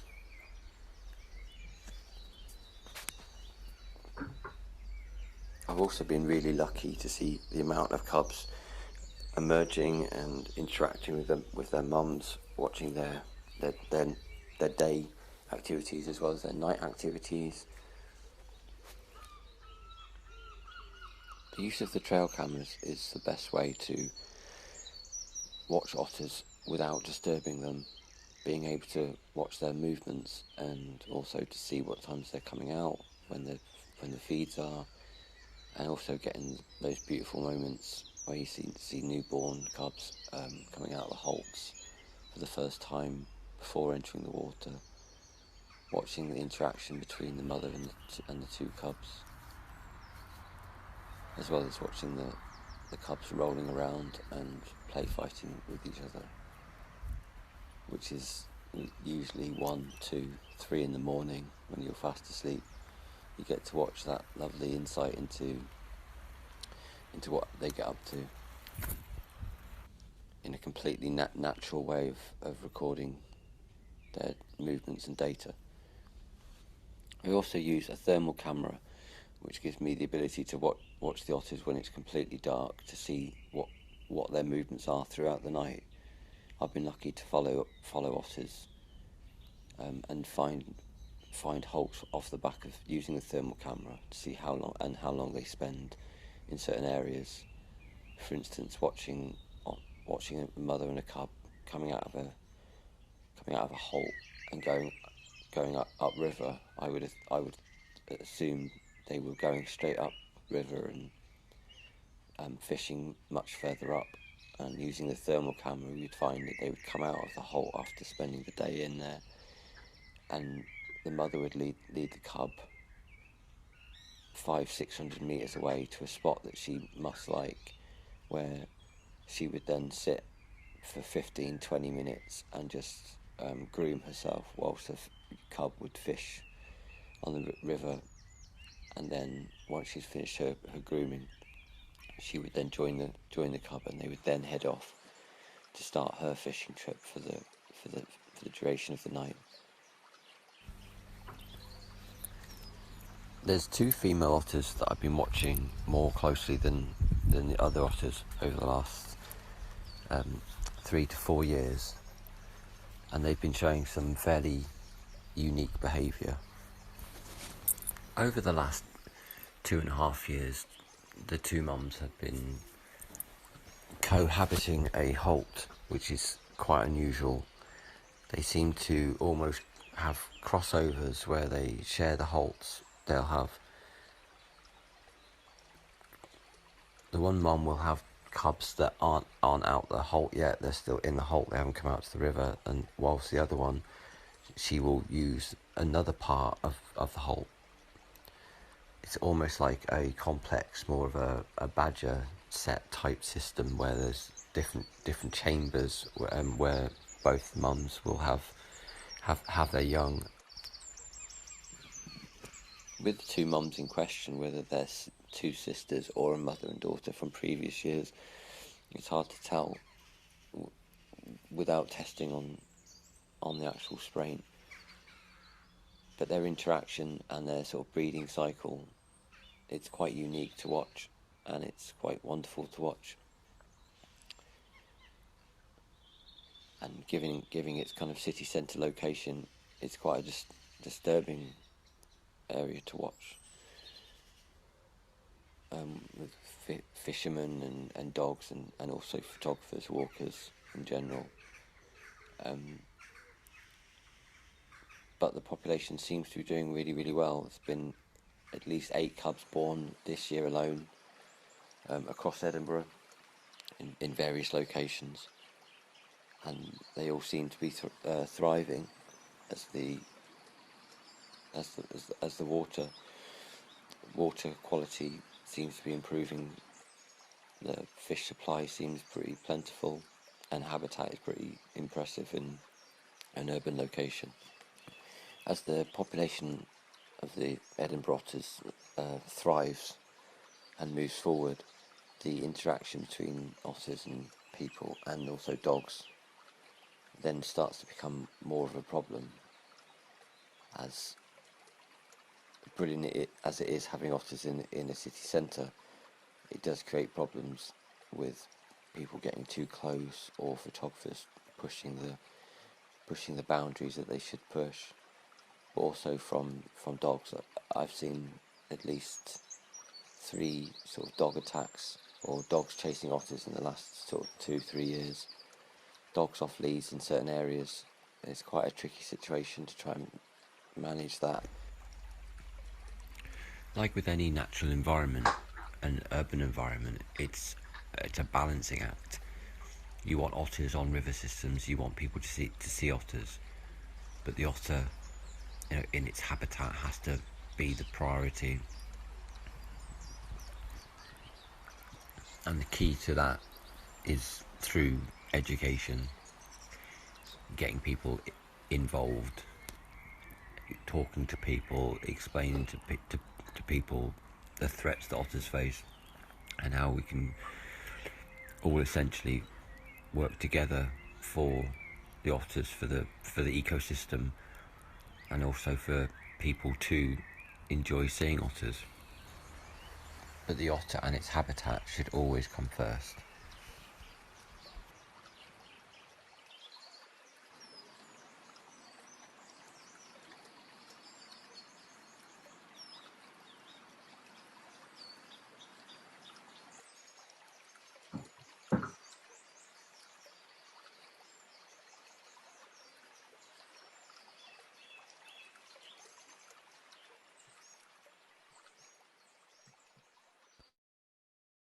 Charlotte, I'll hand straight over to you following Ross's really good video, if you want to share your screen.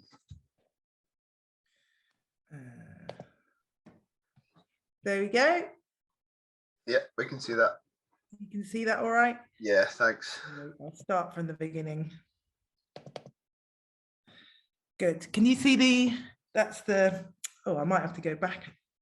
Yeah, I can see barriers to fish migration is the slide I can see. Yes. I think I need to go, it's the barriers to fish migration. So you saw Ross's footage. He's been filming the water of leaf otters for 3 years now, and he's recorded some really interesting behaviour that was shown in the film. My role as conservation officer at the Water of Leaf Conservation Trust was to look after the Water of Leaf River, engaging volunteers in practical conservation. And obviously the otters played a big role in that. The Water of Leaf River is 24 miles long, and it goes through the middle of Edinburgh, which is Edinburgh's capital city. 12 miles of that river are in the right in the centre of the city, between Balerno and Leith, where it enters the Forth estuary. Now, the Water of Leith is classed by the Scottish Environmental Protection Agency as a highly modified water body. At the mouth of the river, where the river runs into the sea, there are artificial harbour gates. This operates a lock system, which means that no fish can come in or out of the Forth estuary or the river without a boat. It's a 3-gate lock system. Upstream of there, there's a further 12 weirs in the Water of Leith, which are man-made walls that were put in as part of the milling infrastructure that was present in Edinburgh since the 11th century. Some of those weirs are actually listed as archaeological heritage, but none of them have fish passage, and also there are no and 6 of them are actually impassable to fish. So this means that we've got this very healthy and lovely otter population in a beautiful urban river in the middle of Edinburgh. But they are restricted really to where the fish population can't move. So it's sort of trapped within the city, the lower half of the river really, because the fish can't move above the weirs, and the otters have to stay where the weirs, where the fish are. So it means that if there's any development along the river, like a flood defence scheme or housing, or anything that might affect the fish populations on the river, it means that the fish population can't really recover as quickly as it would in a natural river. And that puts pressure on the amount of food that the otters are required. We have lutra in the Water of Leith, obviously, and I think they need to eat about 1/3 of their body weight a day in fish. So if there's a problem with the fish population, inevitably that will lead to a problem with the otter population. So although they're thriving at the moment, I can see it as an unsustainable situation. Because the river itself has barriers to fish passage. As you go downstream on any urban river, and particularly the Water of Leith, the water quality actually decreases significantly. And this is because there are a number of combined sewage overflows that feed into the Water of Leith. So there's actually 60 combined sewage overflows on this 12-mile stretch of urban river. And there are more combined sewage overflows feeding into the tributaries on either side. And that means that in periods of high flow, to stop the city of Edinburgh from flooding, sewage goes into the water system. But the problem with the Water of Leith is that it's impounded at its mouth by the artificial harbour gates. And this means that the sewage doesn't freely move out into the Forth estuary as it would in a normal river that didn't have an artificial harbour gate at its mouth. So that sewage contains a lot of nitrogen and phosphorus, and this is obviously can sustain, and this can produce algae growth on the river. Now, we're seeing in Edinburgh longer periods of drought and exasperating temperatures due to climate change. Believe it or not, you wouldn't think that would be a problem in Scotland, but it seems that in the Water of Leith, because it's rich, it's made over rich by all this sewage that's flowing into the river, it's causing algae blooms at periods of low flow when the temperature is high. And in 2022, we saw a big algae bloom in Leith where the water turned green and the whole area smelt of sulphur. Coming as well as that, that's going to harm the fish population, but as well as the actual sewage that's entering the river, we're also finding sources of secondary and primary microplastics. So plastic pollution in the water of Leith has always been an issue. And since 1988, the Water of Leith volunteers have been doing cleanups on the river, between 3 to 6 a week on the urban stretch of river, that 12-mile stretch of river. But despite that, they're still pulling out between 3 and 6 tons of litter at the boom in front of the harbour gates in Leith at the mouth of the river. So if you don't pull, I mean, that's, in some ways, that's the easy part of microplastics on the Water of Leith, because if you pull those plastics out of the river, when you can see them, they won't break down into smaller particles that are then consumed by fish. But of course, because of the combined sewage overflow, we're also seeing problems with primary microplastics entering the river, and they're from things like microfibers from clothes or cosmetics, and they're coming through the sewage system and being caught in the river, and they were definitely being consumed by fish. So they're moving from the natural environment into the bodies of the fish. Now, in that lovely footage that Ross showed at the beginning of the presentation, there was a picture of a mother otter feeding her cubs their first meal from outside the holt. And that first meal was lamprey, which is a protected fish species that we have a lot of in the Water of Leith.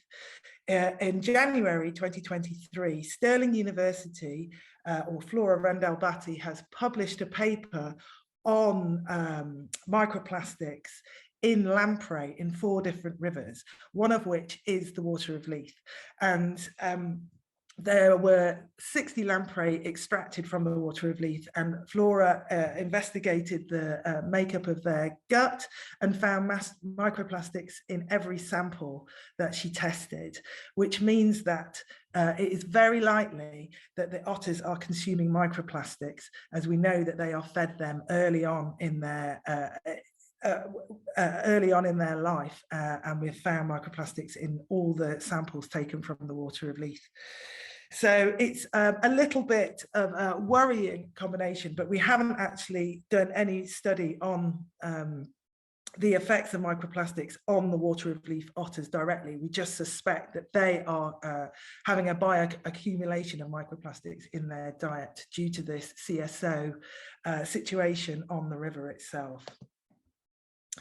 So as well as the water quality issues and the microplastic issues that come from having an urban watercourse, we're also getting other pressures from people. Obviously, otters in Scotland are actually protected. They're classed as a European protected species, and therefore it's an offence to deliberately or recklessly harm otters, their cubs, or their ability to look after their cubs, or the place that they seek as refuge, holts or layups. And for that reason, we do promote responsible photography and watching of the otters on the Water of Leith. Now, the otters that are having this timeshare arrangement in the city have a lot of people that watch them. And in fact, during lockdown, there were crowds of people watching these otters that were having cubs right in the middle of Edinburgh. And that was okay, but there was always a risk that they would be disturbed. But what happened in lockdown, which was perhaps even more concerning, is that a resident in Edinburgh started to feed the otters and their cubs on the Water of Leith. And at this point, I had to liaise with the International Otter Survival Fund and actually Lothian and Borders Police to try and prevent the individual from continuing this behaviour. The problem was they were feeding the otters at the same time every evening. And that was, again, attracting lots of people. The fish, they were just buying from a supermarket and feeding the fish, but it was and feeding the otters. And the otters were, it was almost like feeding time at the zoo. So it was like they were becoming a zoo attraction, even though they were living in the wild in the middle of the Water of Leith. I tried to talk to the woman initially, but she didn't really want to talk to me. So unfortunately, we did have to get the police involved. The problem was that the increased amount of food was attracting rats, and then other residents were concerned about that, and they were putting down poison that could affect other wildlife on the river. It was harming the cubs' ability to forage naturally, or to learn how to forage naturally, so that if this woman stopped feeding them, they wouldn't be able to know how to catch their own fish on the Water of Leith, which put them in jeopardy. It also encouraged predictable behaviour. So people, you could set your watch to the time that these otters were arriving to receive their meal from this person. And also family groups on the river were actually overlapping, which increased the risk of conflict between family groups on the river.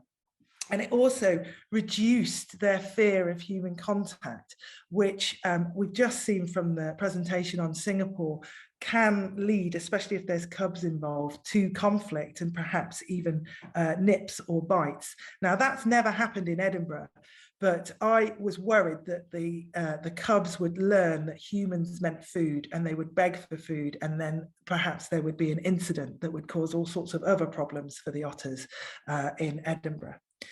All of this activity of the animals in the Water of Leith has created so much social media interest. It's constantly on Facebook, it's constantly on Instagram, and it's constantly on Twitter. And people, it's probably about the most well-known holt in the whole of Scotland. Unfortunately, its location as well. But and so much so that they've actually become national celebrities, and they featured on a programme that we have in the UK called Winter Watch. And Ross and I were also on the programme, but we were so worried that our involvement in this show, trying to tell people about how wonderful these otters were and their interesting behaviour on the Water of Leith, would actually cause more crowding and more knowledge. And we had to work with the TV producers really closely to make sure that the way that the information was presented was a long way away from the holt. And also we tried to drive in the message of responsible watching as well, and how to take photographs and how not to disturb the otters going about their wild life. Despite being the most well-known holt that had been on television and everything, and on all over social media, believe it or not, this holt has also been at risk of development, which is another problem that I think urban otters face in the UK. Basically, there was an environmental impact assessment done by SPN Energy Network, because they needed to put in some vital infrastructure in the form of an energy cable, which was right underneath the river. In fact, where they needed to put the cable was only 252 meters away from this very important timeshare holt. At the time, the mother had young cubs in the holt, but I didn't find out about the drill until Friday, because it was crucial infrastructure. They didn't need to go through the normal planning procedure. So luckily we were able to halt the drill, and that didn't go on until 4 months later, when the cubs were able to leave and forage naturally, and they weren't restricted to staying in the holt. So in conclusion, the Water of Leith otters are wonderful, and they bring so much joy to everywhere, and they are testament to the hard work of the volunteers working to clean up the Water of Leith. But they are at risk, and we can't be complacent, and we still have to lobby for our clean water courses. We still have to think about fish barriers and migration, and we also have to watch them and look after them responsibly, giving them the space they need, and hopefully they will continue to thrive in Edinburgh. That's the end of my presentation. Thanks, Charlotte. Before I touch on your presentation, I just want to say a massive thanks to Ross for not only his work and passion with otters, but for putting together that that video. Erica said, "What an amazing film! Thank you so much," which I couldn't agree more with. Ross is really passionate about otters and wildlife, and has written a couple of books, one of which is available on the IOSF website if you're interested in it. It's really good and talks about the benefits of being in nature and watching otters and all that sort of thing. From your side, Charlotte, I won't ignore your side. That was awesome. Thank you for your presentation and also highlighting the importance of everything. It kind of perfectly kind of rolled on from Addy's talking about the reintroduction to Chaminda and Omkar talking about watching them, and Chaminda's work with Wetland, and then Siva and Urban kind of tied all together nice, and how the return of otters to Edinburgh is 100% a good thing. But there's also cautions that we have to take in terms of human conflict, pollution, everything. So thanks for that. I'm just going to go through any questions that people might have. Jill asked if we can have copies of the presentations. Jill, if you send me an email in regards to which presentations you want copies of, I can ask the respective speakers if they're okay with that. Yeah, just send me an email and I can ask the question for you. Is there any other questions for you? Must have covered it perfectly. There's a question for Addy, which we'll look at in a second, but I'm just seeing if there's any for yourself, Charlotte, as well. If anyone has any questions for any speaker, then feel free to pop it in the question box. Same with Charlotte herself.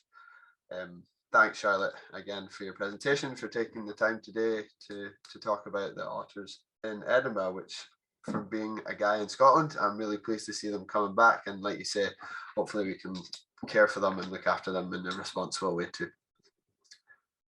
So I'm just going to recap any questions that we have. So we have one from Marianne, who has a question directed for Addy. So you said, you mentioned inbreeding is no longer a problem in the Netherlands. The percentage has been very high for many years. Is that correct? And what has changed? Yes. Well, what has changed is that we did a suppletion with otters from Czech Republic, orphaned otters from Czech Republic, and otters from Austria. So new genetic variation came into the population, and that really helps. And also, Addy, do you find, I know you mentioned about the individual moving from the Netherlands to Belgium, are you finding otters going the other way, from Belgium or from Germany or from France coming over? Is that not, have you not found that? Yes, definitely from Germany. That's clear. They go both ways. Yeah. So that's a good thing. And a nice new result is also that a large wetland close to Rotterdam and Dordrecht, it's called the Biesbos, has now been populated by otters as well. Oh, that's brilliant. And just kind of to follow on from that, I noticed that yourself and Siva have been talking about Hilko Jansma's movie called The Otter, A Legend Returns. Siva kindly, thank you Siva, put a link to that video, which is really interesting. And there's an English trailer for a Dutch film that talks about kind of how the otters have returned to the Netherlands, kind of further on from what Addy kindly presented on. I'm just going to flick through any other questions. So Banks and Lincoln, we'll go back to your question from right at the start. Apologies for the delay. I was wanting, I think it was aimed at Addy. So they've asked 3 questions for yourself, Addy, and it's number 1 is how do otters swim? Number 2 is how many teeth do they have? And number 3 is how old do they generally live till? All right. Yeah, well, the first question I studied into detail with high-speed cameras.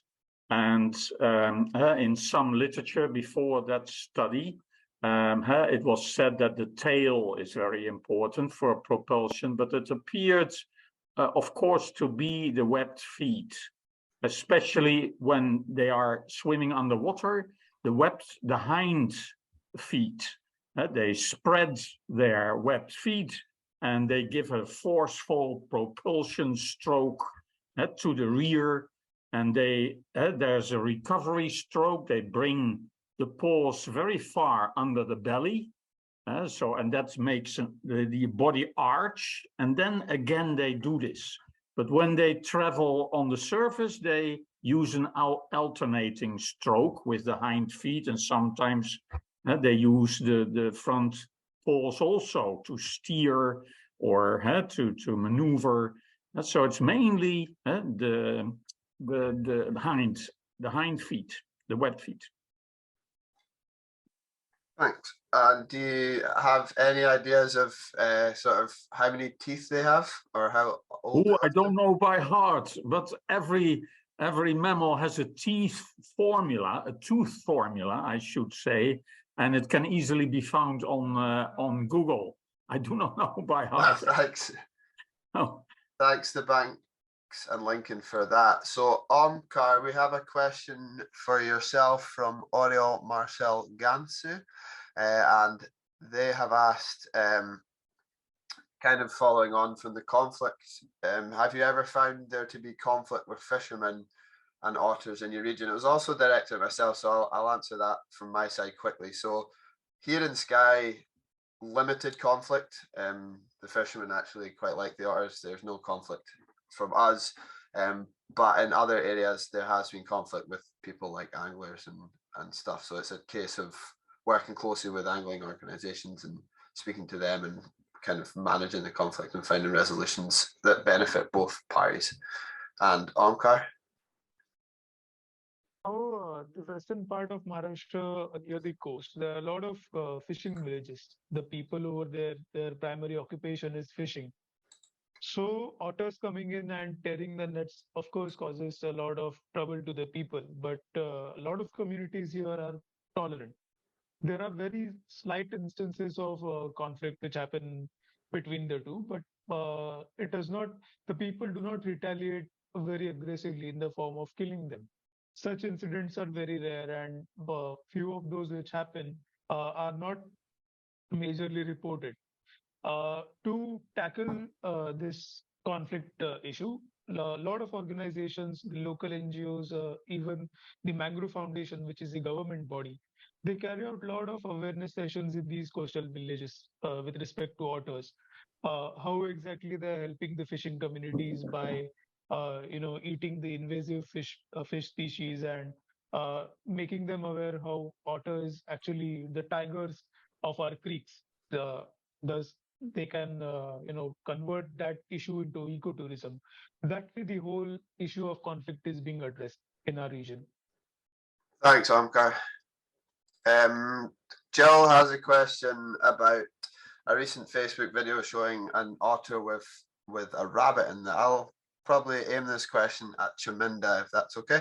So they asked, how varied is the diet of Lutra lutra? Are there any other examples of catch and prey apart from fish and birds in Sri Lanka? In Sri Lanka, actually, I have observed only the freshwater crabs and the fish.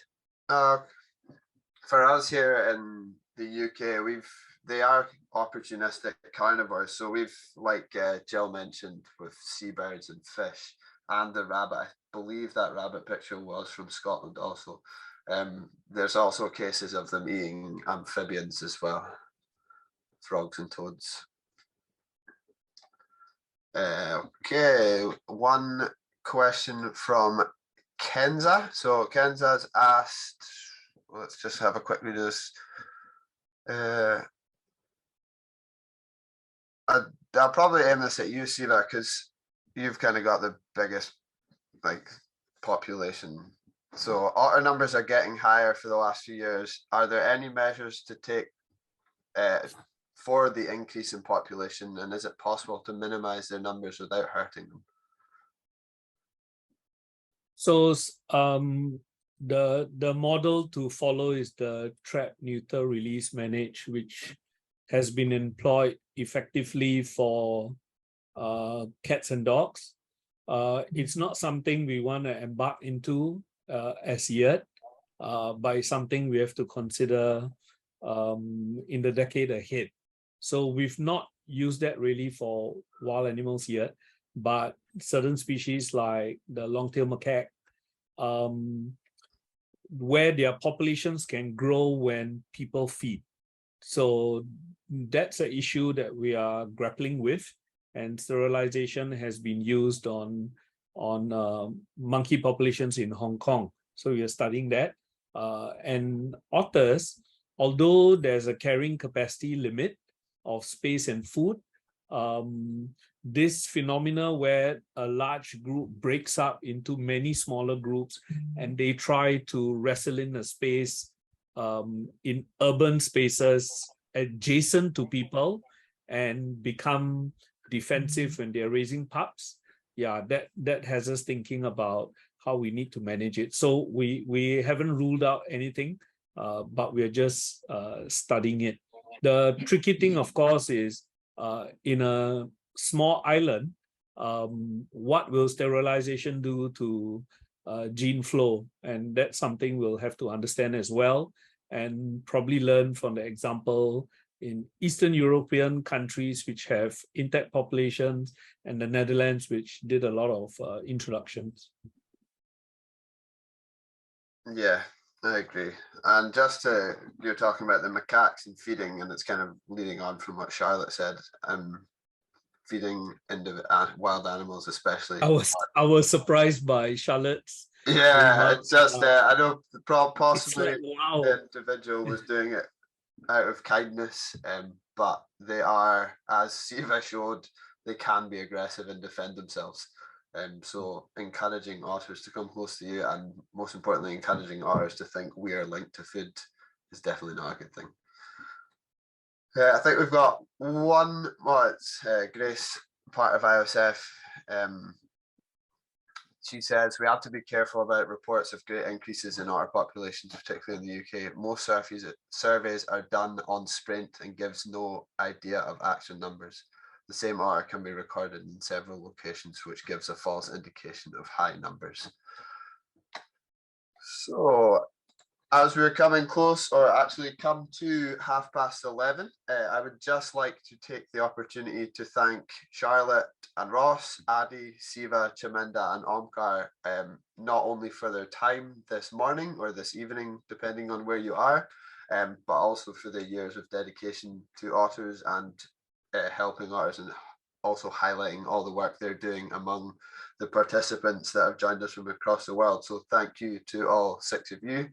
I'd also like to thank all the participants from joining from whatever part of the world they joined for us today. It's brilliant to have you along and sharing World Otter Day with us. If you are joining us for the second part at 5 o'clock UK time, we'll see you in a few hours. If not, we hope you enjoy the rest of World Otter Day and have a great day. Thank you so much to all of you.